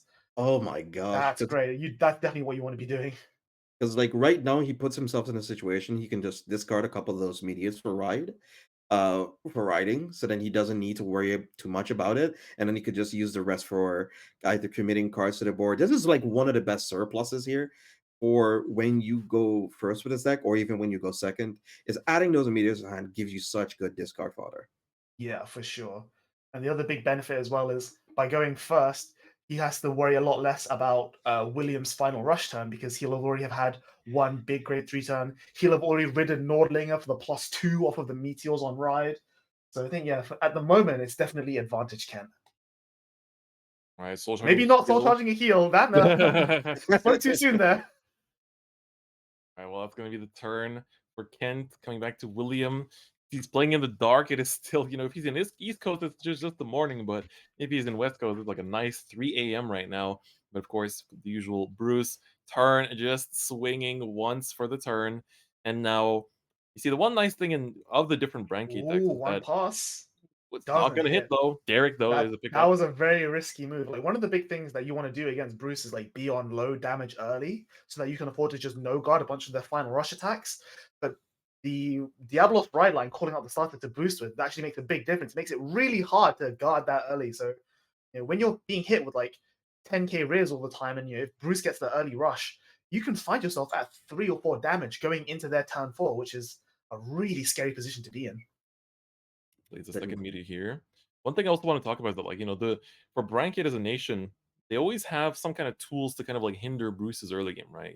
Orphis technically has Alvidar that can take out the mat. Prison can imprison the mat. and so that kind of takes away from their Richard draw. But Gravidia is the one deck that actually doesn't have any tools to take out their starter and deny them that extra draw from Richard. And speaking of draws, we see William here does actually find himself a draw trigger as his first damage. He's discarding a Derek for right deck, so that's 1 out of 3 gone. Yeah, as you said, this is going to be a core card in this matchup, so we'll see how that works out for him. I think he probably that does give me a read that he probably does have a second one, or at least a third one. He might have multiple copies of it, and he just needs the one. You see William there going for the aggro, commits a Leonard to the board, as opposed to Kent, who, even though he was on turn 2, didn't want to commit a Stunnel or a second Barringer that early. Which, again, to put on your shoes, signals to me that he might not have anything else to attack with, and he's just waiting for that Nordlinger turn to just steadily accrue advantage and just, out pressure William through card advantage. All right, committing 20k shield right off the bat. Looks going to take the Vanguard swing here instead. A PG is found for William, which will be huge as well for dealing with those big Gravidia turns, and that's going to be 1-1 in the damage count. Both players starting off fairly slow, even with the extra commitment from William. Yeah, Kent damaging a Meteor there, so we know that he added 3 off of his right chain, and I think 2 of them are in play, and 1 of them is in the discard for the right deck.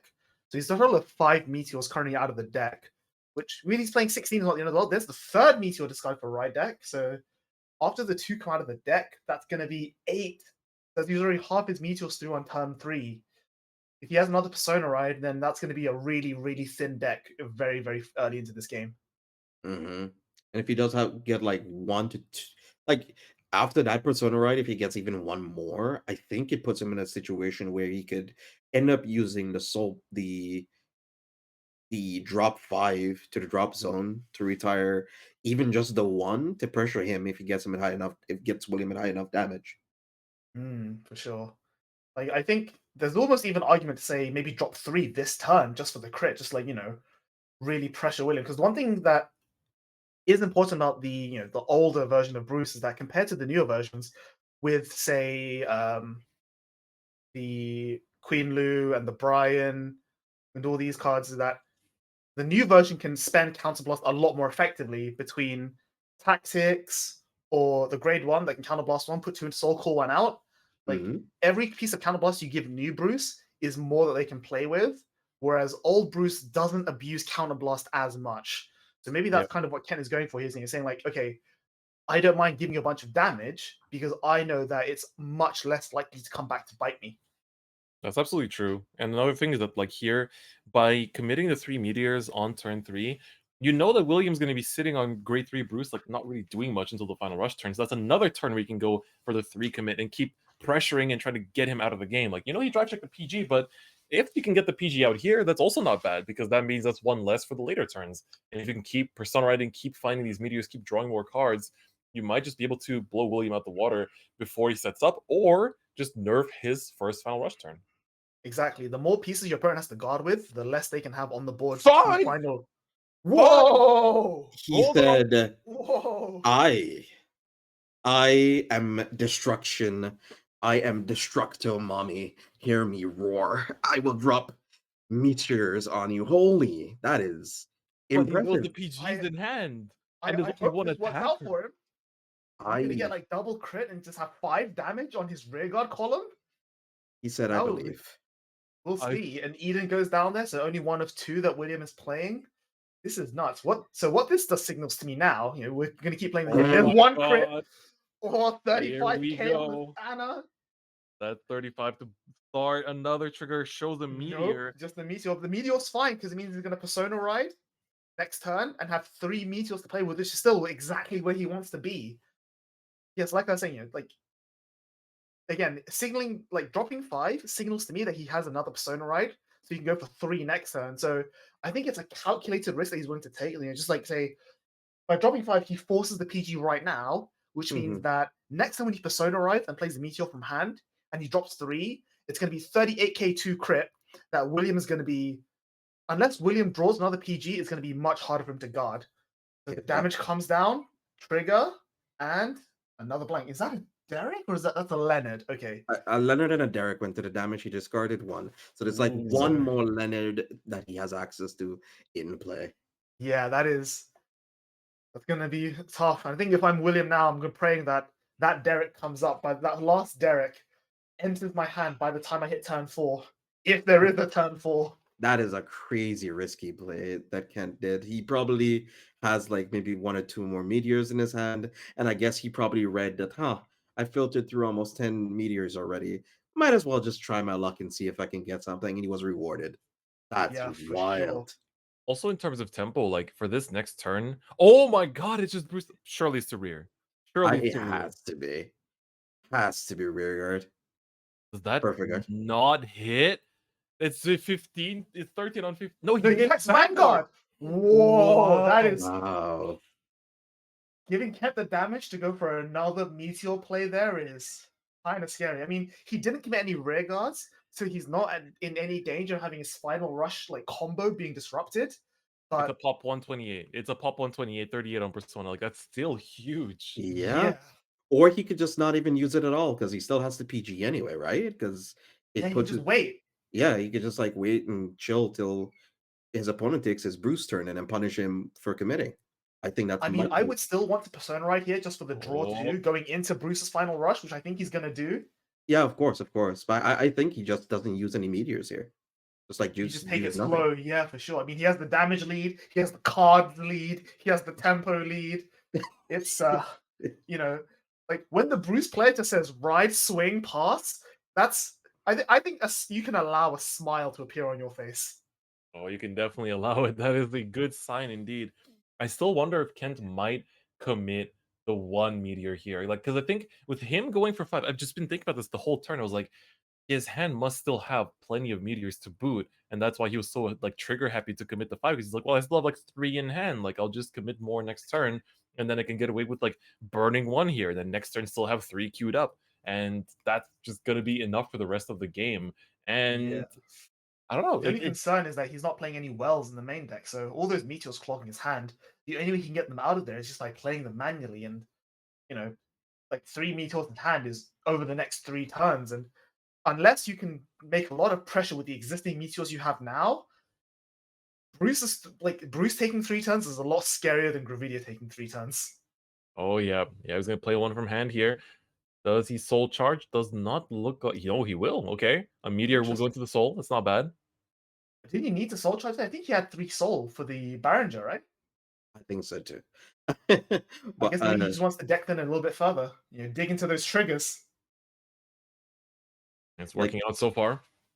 Does he need anything else? I think it's safe for him to commit now, right? Because we've seen like 3 Lenards and an Eden gone, and at this point, with Bruce on such a big damage deficit, all those 5 attacks are probably going to go at face anyway. So I'm happy to see him commit this. So wild to me that Kent is taking such an aggressive stance compared to like most of the top 8, where he's been either like super reserved and conservative with some of his pieces and only committing when he feels that it's safe, even at stages just like this one. So this is a very different turn. For sure. So Okay. double standard comes in. Is it going to be 1 or 3? Come on, Kent. I feel like it's gonna be 1. Like the Vanguard already has the pressure. You don't need to overcommit. It's gonna be just the 1. Yep, just that's the 1. totally fair. 38, inviting a PG. I mean, or any other crits he drive checks now goes into the standard and is still legal. So yeah, there's the PG. He's like, he's got William on the back ropes. The second Eden goes down, there goes all of Bruce's crit pressure. And also, like the final rush turn, as we spoke about it earlier, is being just nerfed and nerfed and nerfed. A crit comes out, making one of these standards lethal now. I love this mind gameplay from Kent. Like he says to William, like, I'm gonna drop 5, you're gonna PG because you're so afraid, and then going forward, you're gonna keep dropping PGs. Oh my God. Everything has to be guarded here. This is William just went from bad to worse. I do not like this situation for him now. 25k is guardable. It's just 1 card. It's not 35. No, actually. 35, Persona, right? Yeah. So, Right. yeah, these are really tough columns to guard. Oh man. Yeah, he needs 25k shield a piece right now.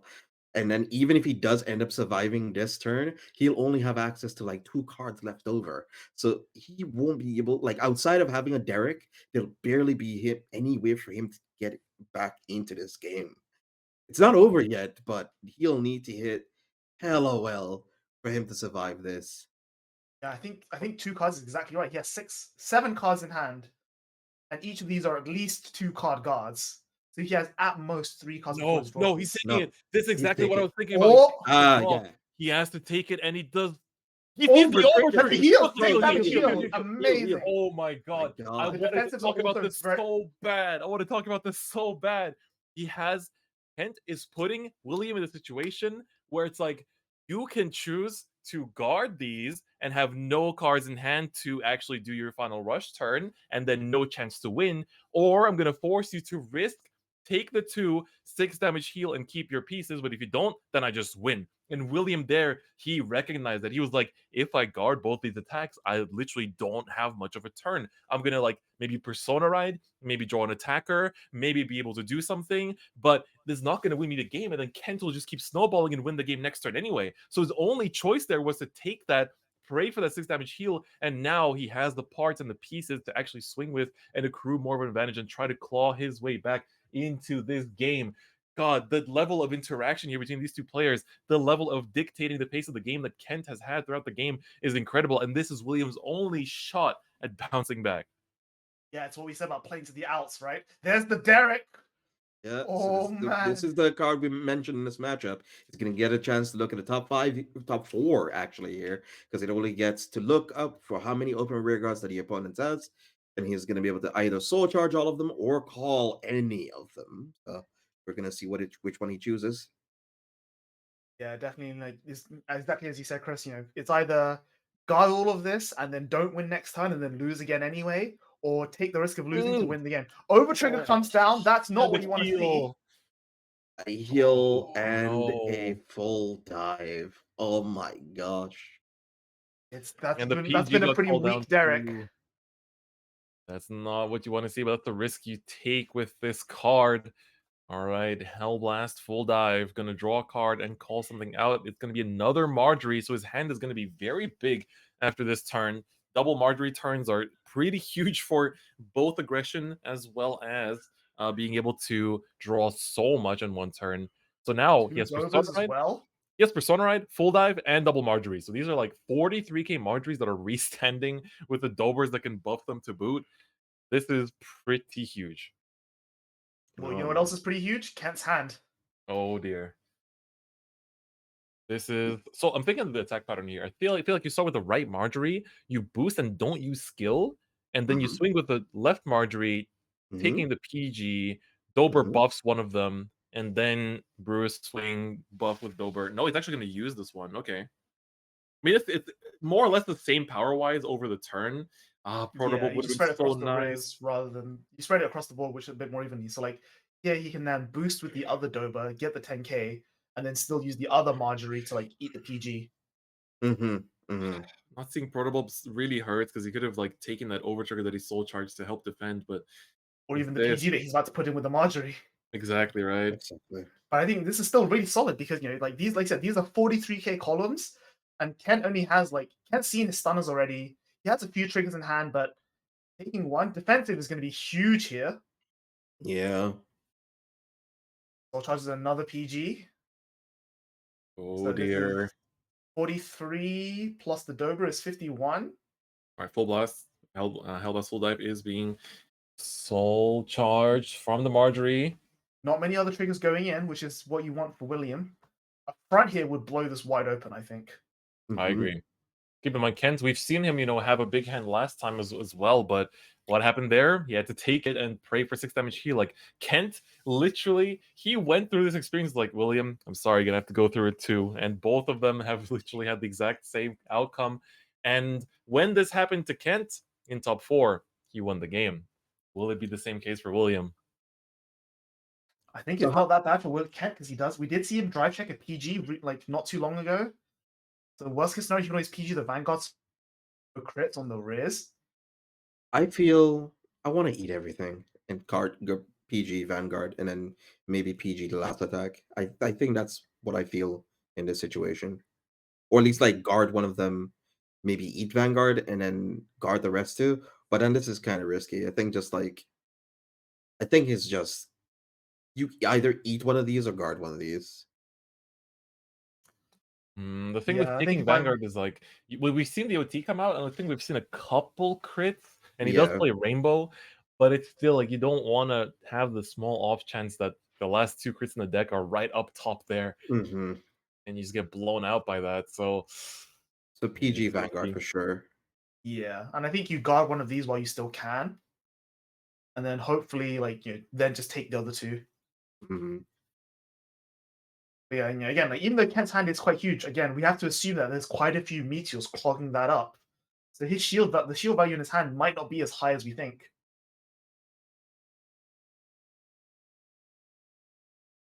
Let's pump the Marjorie, and then that Marjorie attacks on the restand, and then the Marjorie closer to us will then eat the other Marjorie, which I think is works out just about right.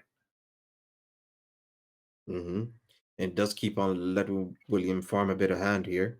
He has been soul charging a couple of triggers, so I mean, we'll see Yeah, how that and turns remember out that in the red deck. defensive also making a huge difference there.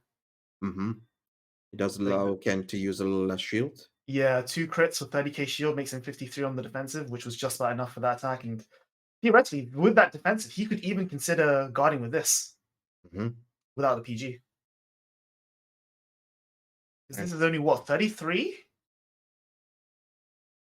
Ooh, Kelvin! We see the update here in the top left corner. Kelvin takes 3rd place and wins himself the prize card after that amazing top 8. George definitely fought valiantly, I can imagine, but Kelvin managed to take it. Of course, that's a really good matchup for Kelvin too. So congratulations there on the 3rd place finish. But of course, we still have finals, and this game has been very intense so far, just like every other game we've shown on stream. They're just confirming that he guarded with 2 15s for the last attack, because the Marjorie was swinging with 51, and he's on 23k base on from the defensive, so that is 30k shield to make it 53. And it's going to PG the Vanguard. Yep, Okay. as we said, just doesn't want to risk the errant crit. Protobulb comes out and no crit. So yeah, it was safe. But it means that if nothing else, he can always just guard these 2 as like just take these last 2 attacks because they're not going to be nearly as threatening. Yeah. He does, however, have a very, very, very low deck count.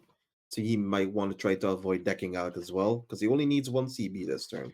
So you That could is also true. consider it so that if William survives his next turn, how is he going to end up surviving William's next turn? So now you have to think of like, okay, how am I going to guard it? Yeah, this is what he's 25 considering is enough, possibly. yeah. Right, one last attack, still a 25k shield. Does he actually want to guard this one? He might just want to keep himself at 3, as he said. Like, only 1 counter boss is necessary. If he has Persona Ride, he could potentially go for a 5 meteor turn, but he's going to take this one, gets a heal. I feel like could have taken the first one and then been able to guard the last Marjorie a little bit better, but it's still the same force damage all in all. And with this, Yeah, Kent if he has had done it the another other turn. way, he would have been able to keep the Stanner on the board as another 15k attacker, which would have been very appreciated in the Persona Right turn. But He might I just think have more he attackers has in it hand, anyway. yeah. He just goes for it. Does he even Yeah. have 2 meteors left? I think he's looking through. Ooh, doesn't look like it. Oh, he's counting his deck first. He wants to see, because if you do take out the 2 meteors and draw 2, then the deck count is going to be dangerously low. So we'll see if he does. Do you choose maybe to just search. take 2 meteors and not draw at all? I think that's a possibility. Or he's just considering not taking them at all. He's just not going to go for the meteors. I think we're not going to see a 5 anymore. Yeah, we've seen enough already for this game. Of course, again, he is on like when William's on 5, he might not even need the crit. Like the pop is nice, but you can just say pop 2, get rid of your board, 28k, and just like pressure you that way. Yeah. Yeah. I can agree with that. That one's a good one too. Because then it forces a PG out of his hand anyway. And we did already see that 3 PGs are gone, 1 in soul. 2 was already used over the course of the game. So the maximum amount that he can have is like 1 more in hand, and he did not drive into any triggers. So it's gonna be a tough one for William for sure. Yeah, the only concern is that here Kent doesn't really have much in the way of attackers. I think he's used up all his Stanners and maybe 1 or 2 Barringers. Of course, Persona Right does mean the rear guards do hit for numbers, but it might not be enough. Like double Marjorie is definitely enough to refill your hand as a Bruce player. Ooh, he's soul blasting for the draw. So is he fishing for more attackers? Like maybe he's seen his deck and he's okay, there's still plenty of attackers to draw into, so maybe he's just going for another Stanner? Mm-hmm. Yeah, the numbers on Barringer are also pretty good because he gets 5k from the effect and then 5k passive. So that's sitting at a nice 30 right there. Mm-hmm. So I think if you're looking at attacking, this is probably one of the best attackers you can field. A Stanner here would make it golden. See what he's thinking. And it Oh, is. it is. All right, so 25 as well as a 30 on the Barringer. That's very, very good in his hand. Still moderately healthy, but not healthy enough to survive another final rush turn, I would say. And I'm assuming he's going to go for, is it 3 or 2 here? That's what I'm wondering, because you do want to take out the Marjories. They're going to get annoying if they stick around. Taking out 1, you're kind of doing William a favor because that opens up a slot for a Leonard. So I feel like you got to commit to either 2. Yeah, he's going to go for 2. Yeah, it's definitely not 3 because you didn't put 1 in with the Persona Ride. And so you want to like save that last meteor for 1 more 28k swing, but this now puts William on like, okay, well now you have to guard everything. And if I hit a front, then it just gets even better. That's right. See how we can guard this. Like both players have good sized hands, but not what I would call comfortable for either player. Yeah. And it's crazy that, like, William, him banking on that last turn to check the 6 damage heal has allowed him to bounce back. Like, all those Marjorie draws. Like, we saw the soul charge from Derek was pretty sad, but the double Marjorie is definitely doing him a favor here in helping to survive and pull through. Like, if he can PG this one, I would say, because of the big power, you just have to, if there's no triggers checked, then he's basically committing 15 and 20k shield, which, is any trigger pulls a front. He'll be able to survive. So right now he's asking how many triggers that he has left, how he wants to go about guarding this. Because I think he probably is considering putting up front here to make it 33 for a 1 to pass, possibly. That's the best he probably wants to go for. Oh, but no, it's actually 38, not 28. He's asking for crits right now. Yeah, we see 2 in damage there.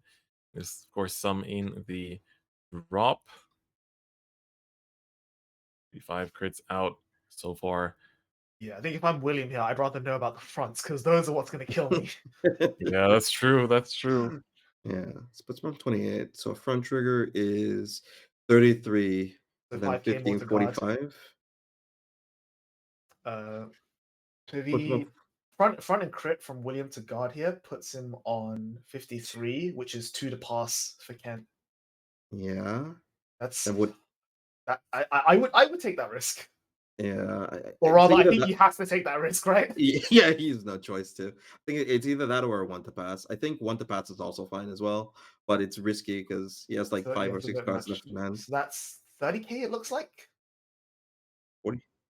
Yeah, it's a 1 to pass. All right, JJ. Oh my God! It really. You get vindicated.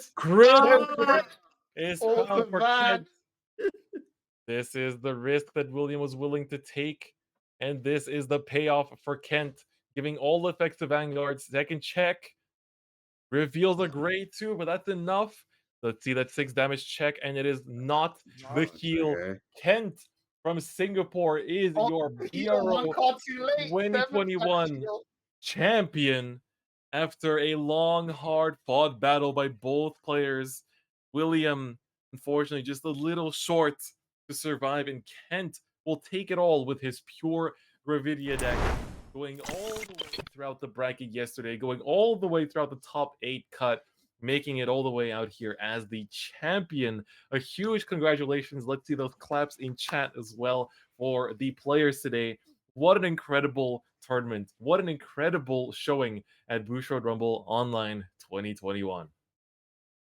So it was incredible play from Kenta. He just, out of the gate, grabbed control of the game by the hands. Like, this is like this tempo. This is mine now. My tempo. I say PG, you say when. Yeah, like just forcing those guards out, and then forcing them to be like, I have to heal here. And sure, he did heal, but at the end, it just wasn't enough. Yeah, it didn't. And at the long end of the day, it did not matter as much. I found the wildest play that Kent made there was just saying 5. Yeah, the instant 5. Yeah, I like you guys didn't see it, but I was literally like, I was sitting like this. I was like, kind of like, oh, like oof, I didn't sleep so well last night. I was like, all right, it's gonna be a pretty bout. I was like, 5, what? Matt actually Oh my said violence to Bruce, and man. that single decision, I think, it shows his play style, his kind of like personality as a player too, of just like being the one that asks the questions, not the one that answers them. It's like, I don't, what, your final rush combo? No, you're not doing a final rush combo. I control the pace of this game. Exactly. That was beautifully played by both players. What an amazing tournament we've had. Like all the Swiss rounds we showed yesterday, all the top 8, top 4 finals that we showed today. Like every game on the EU stream has been such a pleasure to watch, to commentate, and to see these players duke it out on this stage. This tournament is a very unique environment in that we can have players from all over the world, from all skill levels. We have people entering with start decks. We have people playing in their first event of their lives. Like yesterday, went through the NA bracket, ran into so many people that are like, yeah, I started Vanguard Overdose. Like, yeah, like my friend got me into the game like a few months ago. Like the fact that so many people are having their first premier term experience with BRO and being able to play with fellow newcomers, but also some of the best players in the world is incredible. And so I really hope we get to see more of this kind of action throughout 2022. This has been like both PSFO and BRO have been amazing events. And of course, being able to offer these as substitutes for not having in-person events is also incredible. But there is the final bracket. Kent from Singapore will rise as the champion, defeating Marcus in top 8, defeating George in the semifinals, and taking over William in that matchup in the grand finals. What an incredible journey there! Like battling it up from the top 8 all the way through here. Like he's not had easy games either. As we said, like it's a very stacked bracket.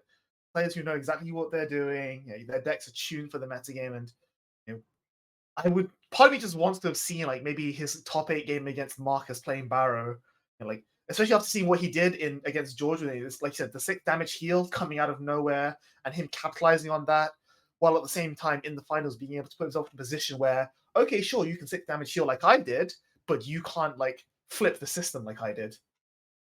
Yep, exactly. Like that was such an incredible final, such an incredible run as well. JJ, how are you feeling after all has been said and done? This is our last time on the mic for the time being, right? It was good. No, but usually I do have like a long speech and spiel, but I'm gonna keep it short this time. I had a lot of fun with you guys. It's always fun casting. It's always fun doing all these things, and I hope to see you guys soon. Hopefully, Bushi might be kind to me to let me keep on doing this. If not, that's fine. That's okay. I was gonna have fun anyway, and I hope you guys also had fun too. The viewers at home, thank y'all for watching. Thank y'all for tuning in. Y'all are the greatest. Y'all are the best. I know Vanguard can oftentimes be looked at a game with a lot of luck, very little skill, but trust me, there is a lot of nuanced plays. Listen to us casting, listen to Ben's analysis. Okay, here's Ben. Watch the games, see the players talk for themselves with their plays, right? Exactly. Like before thinking of it just being a concept of flipping green squares, yellow squares, and pink or fuchsia squares, think of it as like, how do I play with resources that I have, maneuvering to the winning image that I have? That's the core concept of Vanguard. Your winning image and how you get to it, and how your opponent can try to stop you getting to your winning image. Yep. Control the percentages in your favor. That's the name of the game. And of course, we're still gonna have an interview with our champion here. So just hold on while we do connect him. But Ben, any other closing thoughts on your side to reflect? You know what? I'm gonna say it.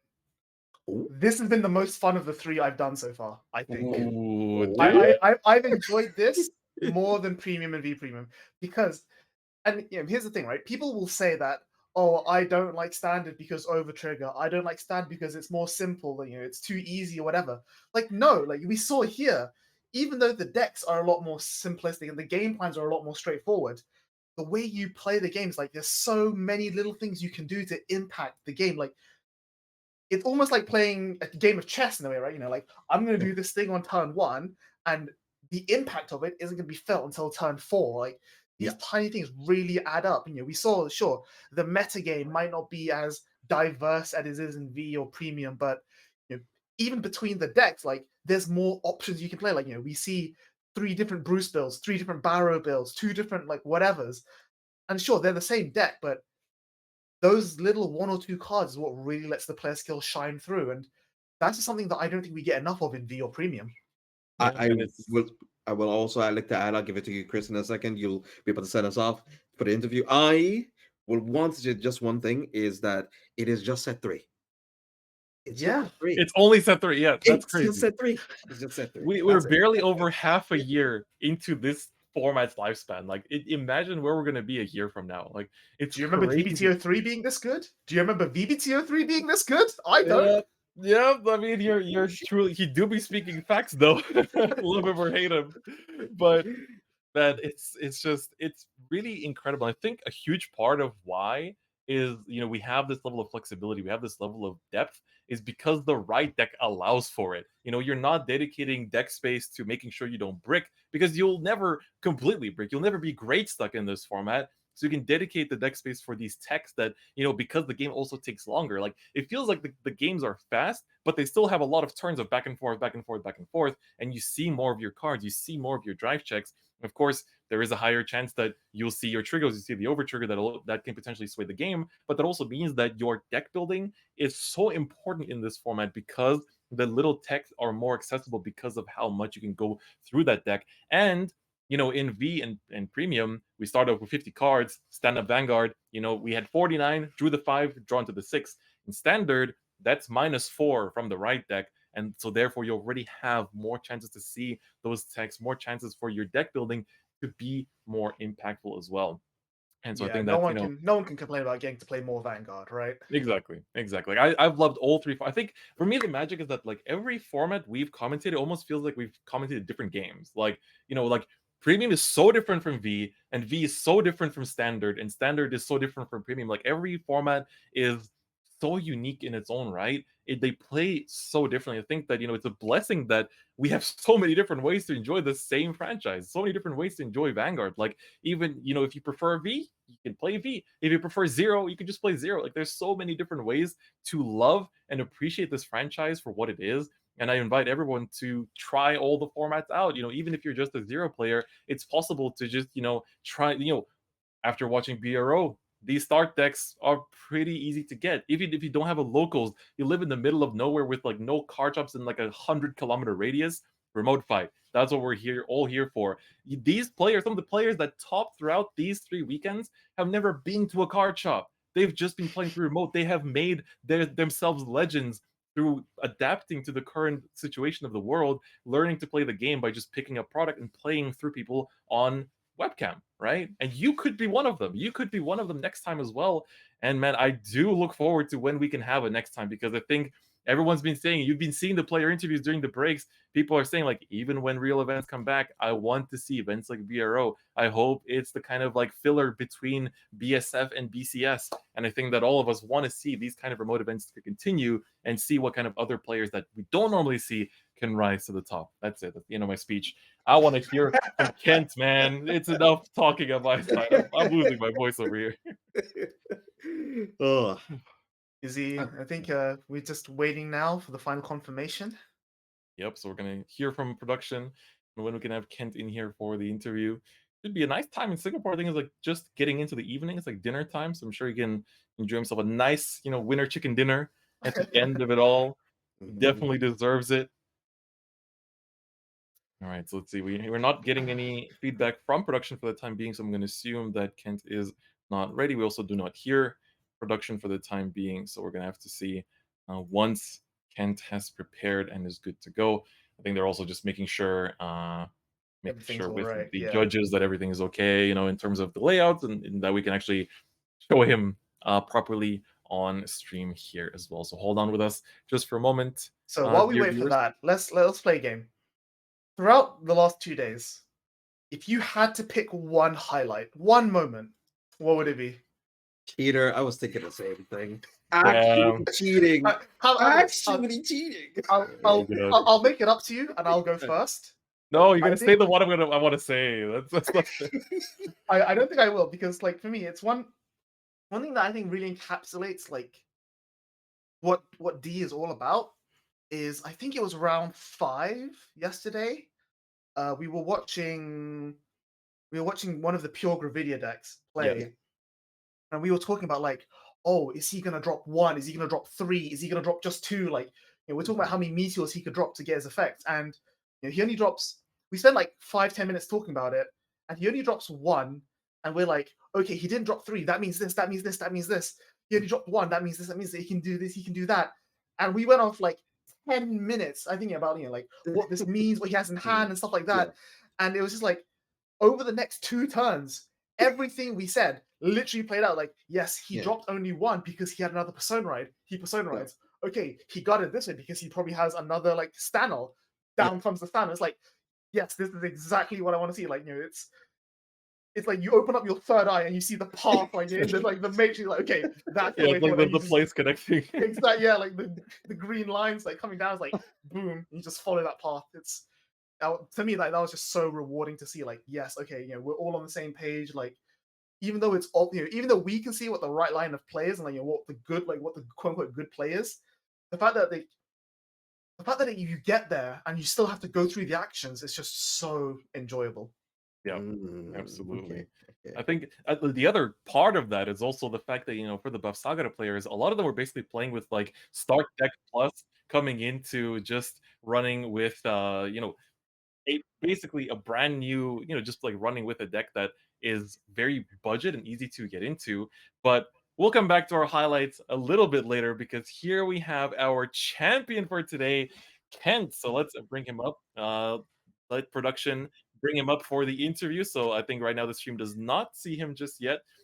So let's just give production a quick second to pop him up. We don't want to, start the interview without the man actually on here on screen. So let's give our producer 1 second. I think we should be good to go. There we go, Kent. Congratulations. We see you here. Huge dubs all around. It was just close game after close game after close game.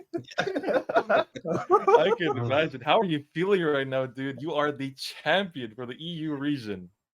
Honestly, happy, but I wasn't expecting to go, that far. I was just okay, fine. I'll just be here for the experience, but it worked out. Yeah, it worked out. Thankful for all the my opponents, friends that helped me. Shout out to people at Dance, Lux, Haze, all these people. Yeah, all good. I'm just I don't want to react now, so I'm just a bit nervous. Totally understandable. Yeah, like again, congratulations. Take a minute or two, just like catch your breath and just soak it in. I just want to quickly talk about some of the games, like like we mentioned before, like all 3 games of top 8 have been absolutely like mind-blowing gameplay we've seen so far today, and yours was no exception. Like we saw in the top 4, you were facing down like you had like 10 cards in hand, facing down Lauren, and you're like, I'm gonna take the risk, 6 damage heal, turn around, win the game the next turn.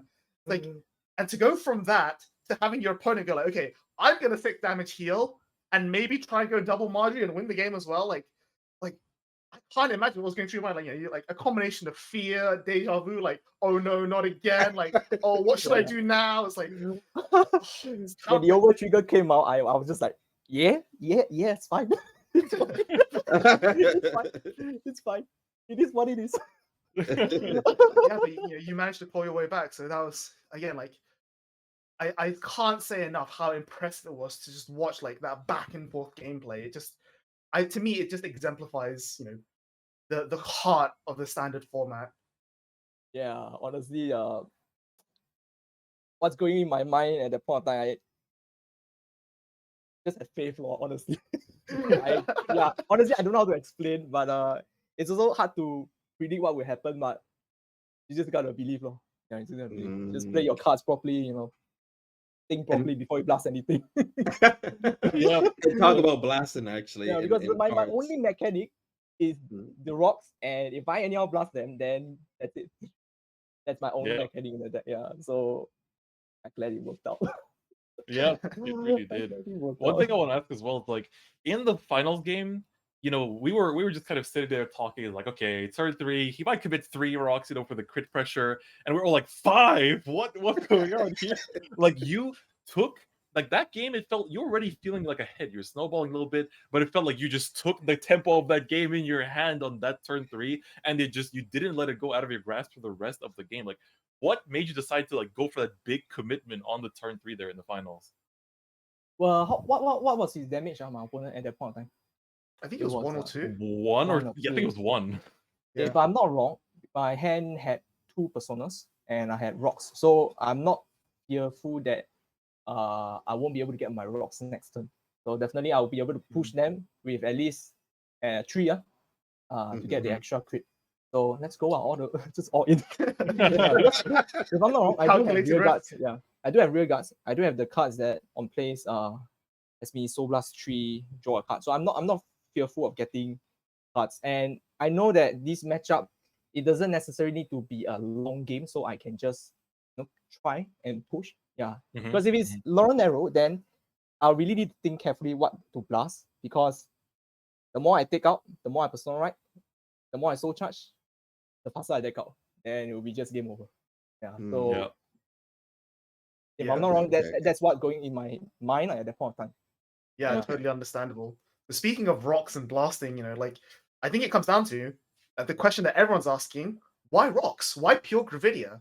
Especially when we've seen like Japan's been playing that hybrid list as well. The with world the worlds. Gravidia, yeah. Then 2 other players in the top 8 took. Like, what made you decide on your final list? Honestly, I like the idea of grabbing one whole bunch of rocks at one point of time, like on the place, what do you call it? The great one. Was it Wells? Yeah. So you grab all you can, you compress your deck all you can, then you just pray for the best, honestly. Yeah. I'm not afraid of having low rear guards, because I'll just have to play my rear guards properly. So at most I just place 1 down. Unless I have access in hand, I'll play 2 down. Then I'll lower the damage as much as I can. So at the end of the day, I felt more comfortable with that. That's my answer to that. Yeah, more comfortable with that. Yeah. So the compression was more important than the actual like the early game pressure. Like the World Gravidia list, people say like, oh, it's really good Lornal matchup, really good like Bruce matchup, like it's good into the meta. But I guess the compression, it's good against everything, right? Correct. Yeah, basically, my thought is I will always have something for my opponent to fear, because I always have a rocks there for me to retire. So they always think twice before pushing down. So that maybe works well for me, so they won't push down, then I can actually survive. Yeah. So a bit of, yeah, that's something. Yeah. Other than that, at the end of the day, really, I'm just comfortable with it. Just comfortable. Yeah. Okay.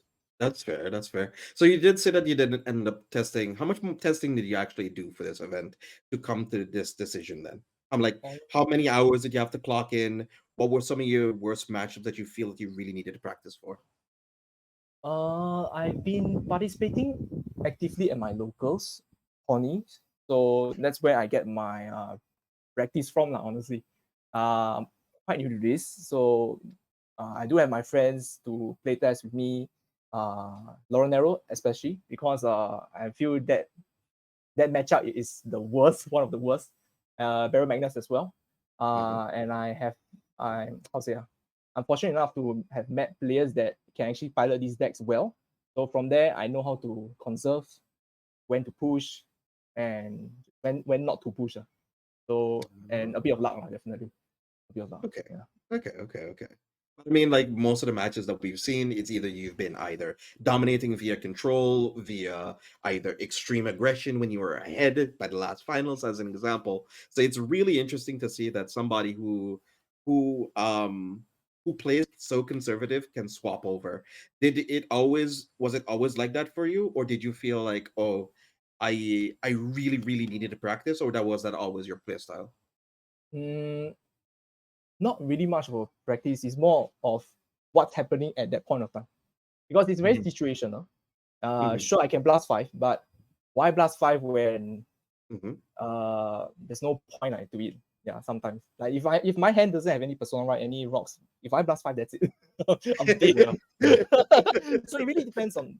It's very situational. Who I'm going with, what's on the field, what's my damage actually. So if my opponent managed to crit me, then yeah. So I'll have to push. Yeah. So here and there, it's really situational, honestly. That makes sense. Practice can. Is practice on when to guard, when not to guard. How to guard. I'm not quite good at that, but that's where my practice comes from. I'm going to locals here and there. Yeah. Okay, Yeah. that's awesome. I also, I've talked to some other people that topped with this deck, with the different variants of Gravidia throughout the weekend. They'll say, like, I can give you advice. Every turn is different. Like, every game is different. Like, it's all situational. Did I open enough rocks? Did I get the persona right? Like, everything is so situational, and you have to adapt to everything that it's hard to really instruct someone how to play the deck. Correct. It's a very Right. situational deck to me, at the very least. I believe Yeah, it's a others very agree as situational well. deck. Yeah.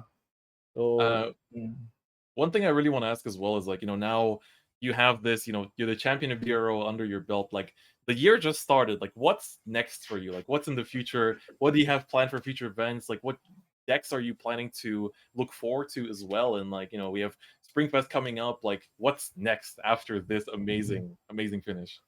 honestly, I'm looking forward to the set 4 support for Gravidia, because that will make the whole deck much more consistent. Lasting 5 every turn is a dream, but it's not a dream. It will become a reality on set 4. Yeah, that's true.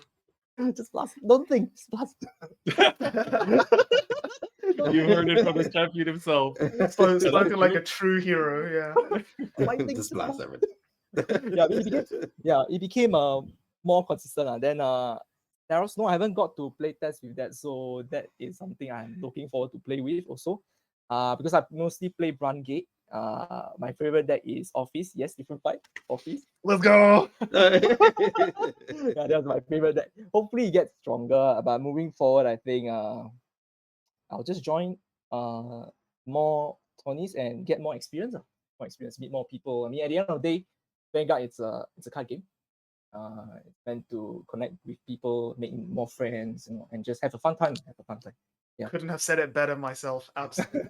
I think there's not really much more to say off the back of that, other than have you got anything else you want to say to all the people at home watching? Any shout outs you want to give? Anyone you want to thank? And also your social media where people can find this you. is Any this is Twitter, your red anything carpet. like that. This is your red carpet. Go. Okay, but Camera's yours. Yeah, I think definitely shout out to my group of friends. When I was new, they took me in, and they taught me how to play. People like Lux, Azik, Wayne, and let's see, Josh, Ben, James, Shari, people like this, and people who I played with, my opponents that I always met in Tony. They all played a part in my experience, which is honestly what fuels me to play. The experience, the fun, the thrill in it. Of course, thank you to my girlfriend, Valencia, for tolerating me playing this game. Because I think I spent a bit tad much on the game, but yeah. You brought it home, man. She can be proud. Yeah. Okay. Yeah. At least I can show. Hey. See. At least I got something to show. Rather than why you buy so much cards? For what? Cardboard. I mean, yeah. But honestly speaking, I'm very thankful for everyone that I've met, who I've crossed paths with, and definitely those that helped me play test, those that guided me, those that supported me, and thank you to my parents. That's for sure. Yeah. That is beautiful. So if people want to follow you and catch up on you, where can they find you? Like, what's your Twitter, Facebook, anything like that?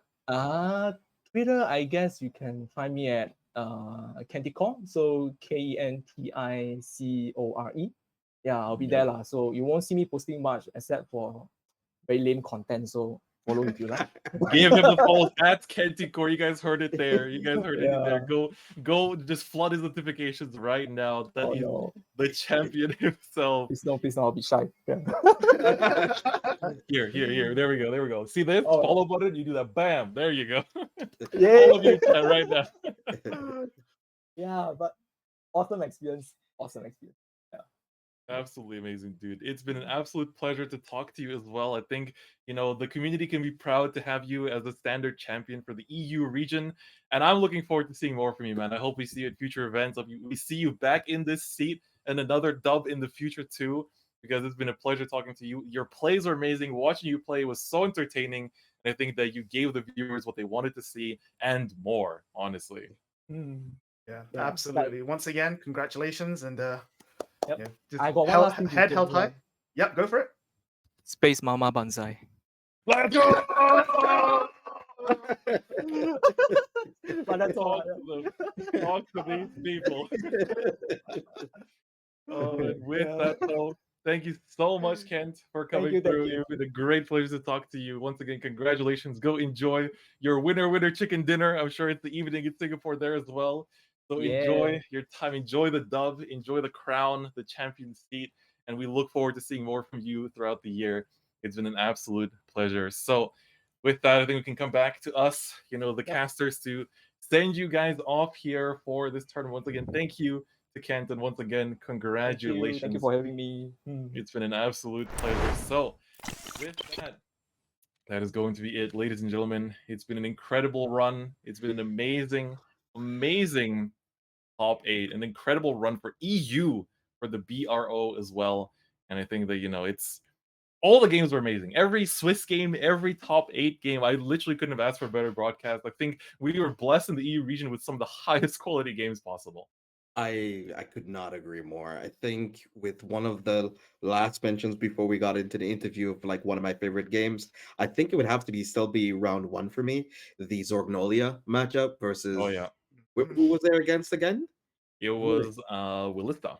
It was Willista. Like, even though how that matchup panned out, I still felt that both players played to their peak performances of their outs. And you could just see from how they played the game out, both of them had a very familiar understanding of their deck. And that is the type of quality gameplay that did not diminish throughout the entire day. So it was just like, wow, it still blew me away from start to finish. It was great. Yeah, it was a really great start. But for me, I think the highlight, there's been so many. It's so hard to choose. I think for me, it's hard to pick between these finals and the way we started today off. I think, the top 8 match we had between Nuno and Kelvin, like, not only was it like, everyone's kind of sleepy, people played at A, like some people slept 3 hours, and we started off kind of like, all right, guys, let's get into the top 8. But then that game was suddenly just like, boom, just like switched everyone to like, to the next gear, and everyone was suddenly paying attention. Everyone was just losing their minds over the games, and I think it really paved the way for the rest of the amazing day that we've had here in the EU region. I couldn't have asked for anything better, honestly. It's been such an amazing broadcast. For sure. And for those of you at home still watching, remember, you want to share with us your highlights? It's always hashtag BRO 2021. Even though the tournament might be over, we're still taking a look at it. Again, just like our champion said, Vanguard is a card game. It's meant to be shared with people. And just like the game, experiences are meant to be shared. So get on and start typing. Yep, that is right. With that, gentlemen, it's going to be our last time on the mic for the time being. Of course, someone is still going to be on broadcast probably in like a few hours. But it's been great. I really can't wait. It's Springfest is coming up, but I hope we have more of these remote events. Like, this has been a great avenue for competitive Vanguard, a great way for everyone to tune in no matter where they live in, to play, even for us casters, like, to cast and then play right after that. There's no way we could do that in when things are back to physical, right? So we've been able to explore such cool opportunities and so many amazing moments throughout these 3 Vanguard weekends, and there's still Weiss coming up next week, so you guys can look forward to that. And Ben will be taking you through commentary with other fantastic casters all across the regions, so it's going to be a very exciting time. So let's go at it one at a time. JJ, any final comments? Just keep on playing, keep on enjoying this awesome game that we played together. It is going to be always a fantastic moment from start to finish. Standard Overdress, if you've always had any reservations of playing the format, if you've been playing some of the legacy formats, if you're an older head like all 3 of us in this game that have been playing this game for just over a decade, it is always fantastic to see. So take it from us, the people who've been here from since the beginning, that these games were awesome. This is nothing less than that. So I'd like to thank each and every last one of you awesome people for tuning on in, stopping on by, and I have nothing further to say. I'll leave it over to Ben. Finish us off. Yeah, it's been an amazing, I couldn't have asked for a better way to cap off these last 3 events, especially sharing It's been an honor to share with two of my favorite guys, for sure. And I'm gonna miss you when it comes to Weiss, but I'll continue to do my best. And like you said, there's still NA to go, top 8. So even if you just want more Vanguard, there's still it's not over yet. There's in a few hours' time the NA top cut, and I'll hopefully you guys will be there supporting me as I slog my way through that in the last stages. But yeah, other than that, it's just been an absolute joy to share this with everyone watching, and I can only hope that you've enjoyed this as much as we have. Yep. I think couldn't have said it better myself. I can't believe I have to go learn Vice now so I can keep commentating. But on a serious note, we've all said it many times now. These games have been incredible. The chat, you've been amazing too. Thank you to everyone that's tuned in. If you're watching this on YouTube when the VOD goes up, I hope you've enjoyed these games too and all the decks. Thank you so much to ENTCG for running this event. Thank you so much to Elephant. These beautiful layouts, the card pop-ups, the damage counters, the deck list features. Give some love to Elephant because they made everything possible. I love you, Farp. Thank you for making everything possible. This has been my dream. This is hearing people throughout the New Year's and Christmas break say that this is some of the best streamed card game events they've ever seen because of the production quality. Give love to Elephant. They've done this all, and I'm curious to see how much further we can take it. What else we can incorporate? You have feedback? You have things you want to see? Hashtag Bushiroad 2021 on Twitter. Tell us what you want, and we will do our best to incorporate it. And we want to show the world that Vanguard is the best TCG. We want to show the world that this is the game everyone should be watching, and we're gonna do our best to make that happen. But with that, ladies and gentlemen, this has been an incredible run, and we actually have one final comment from our producer from ENTCG, Mr. Jimmy. Talk to these people. Oh, hello everyone. You may not have heard my voice all weekend, but I'm Jimmy or Cake from ENTCG. I've been bugging these guys all weekend in their year. I hope they could keep up with me. But thanks to all three of you for doing such a great job on the commentary. I don't know if I could get a better team for EU. Of course, I hope everyone enjoyed the tournament. Me, Ian, the rest of the judge staff, even Blackfire, are all working really hard behind the scenes to have the tournament run as smoothly as possible. And yeah, this tournament has even made me hyped to play the game. I played NA yesterday. I scrubbed. It's okay. I got one win, and I watched Ben hit top 16, so that's good enough. And yeah, I coached this man to his one win. Yeah, without Ben, I would have 0 wins. So that's a W in my book. Exactly. I'm not sure if we'll be back, when we'll be back. We hope we can do another big online event like this. But yeah, in case we don't, I hope you enjoyed it, and I hope you will play a lot more Vanguard in the future. And that's it for me. Absolutely beautiful. So you heard it from the divine voice above, Jimmy himself. It's been an incredible run. And once again, thank you to everyone involved. Thank you to Jimmy for also, bearing with us on all of our greedy and selfish desires. Stuff to show this game. No, don't show this game instead. Give me charts. Why is the quality so bad? Restart the stream. What are you doing? This has been an incredible time. And I think, as you said, I hope that everyone enjoy the stream and enjoys to play more Vanguard going forward. But I think that's enough from us. You guys will get more and more lovely action from the NA stream in a few hours' time. So enjoy your evening, enjoy your day, enjoy whatever time it is for you in the world. And I hope that you have a fantastic weekend, and I hope you have fun playing Vanguard. We'll see you guys next time.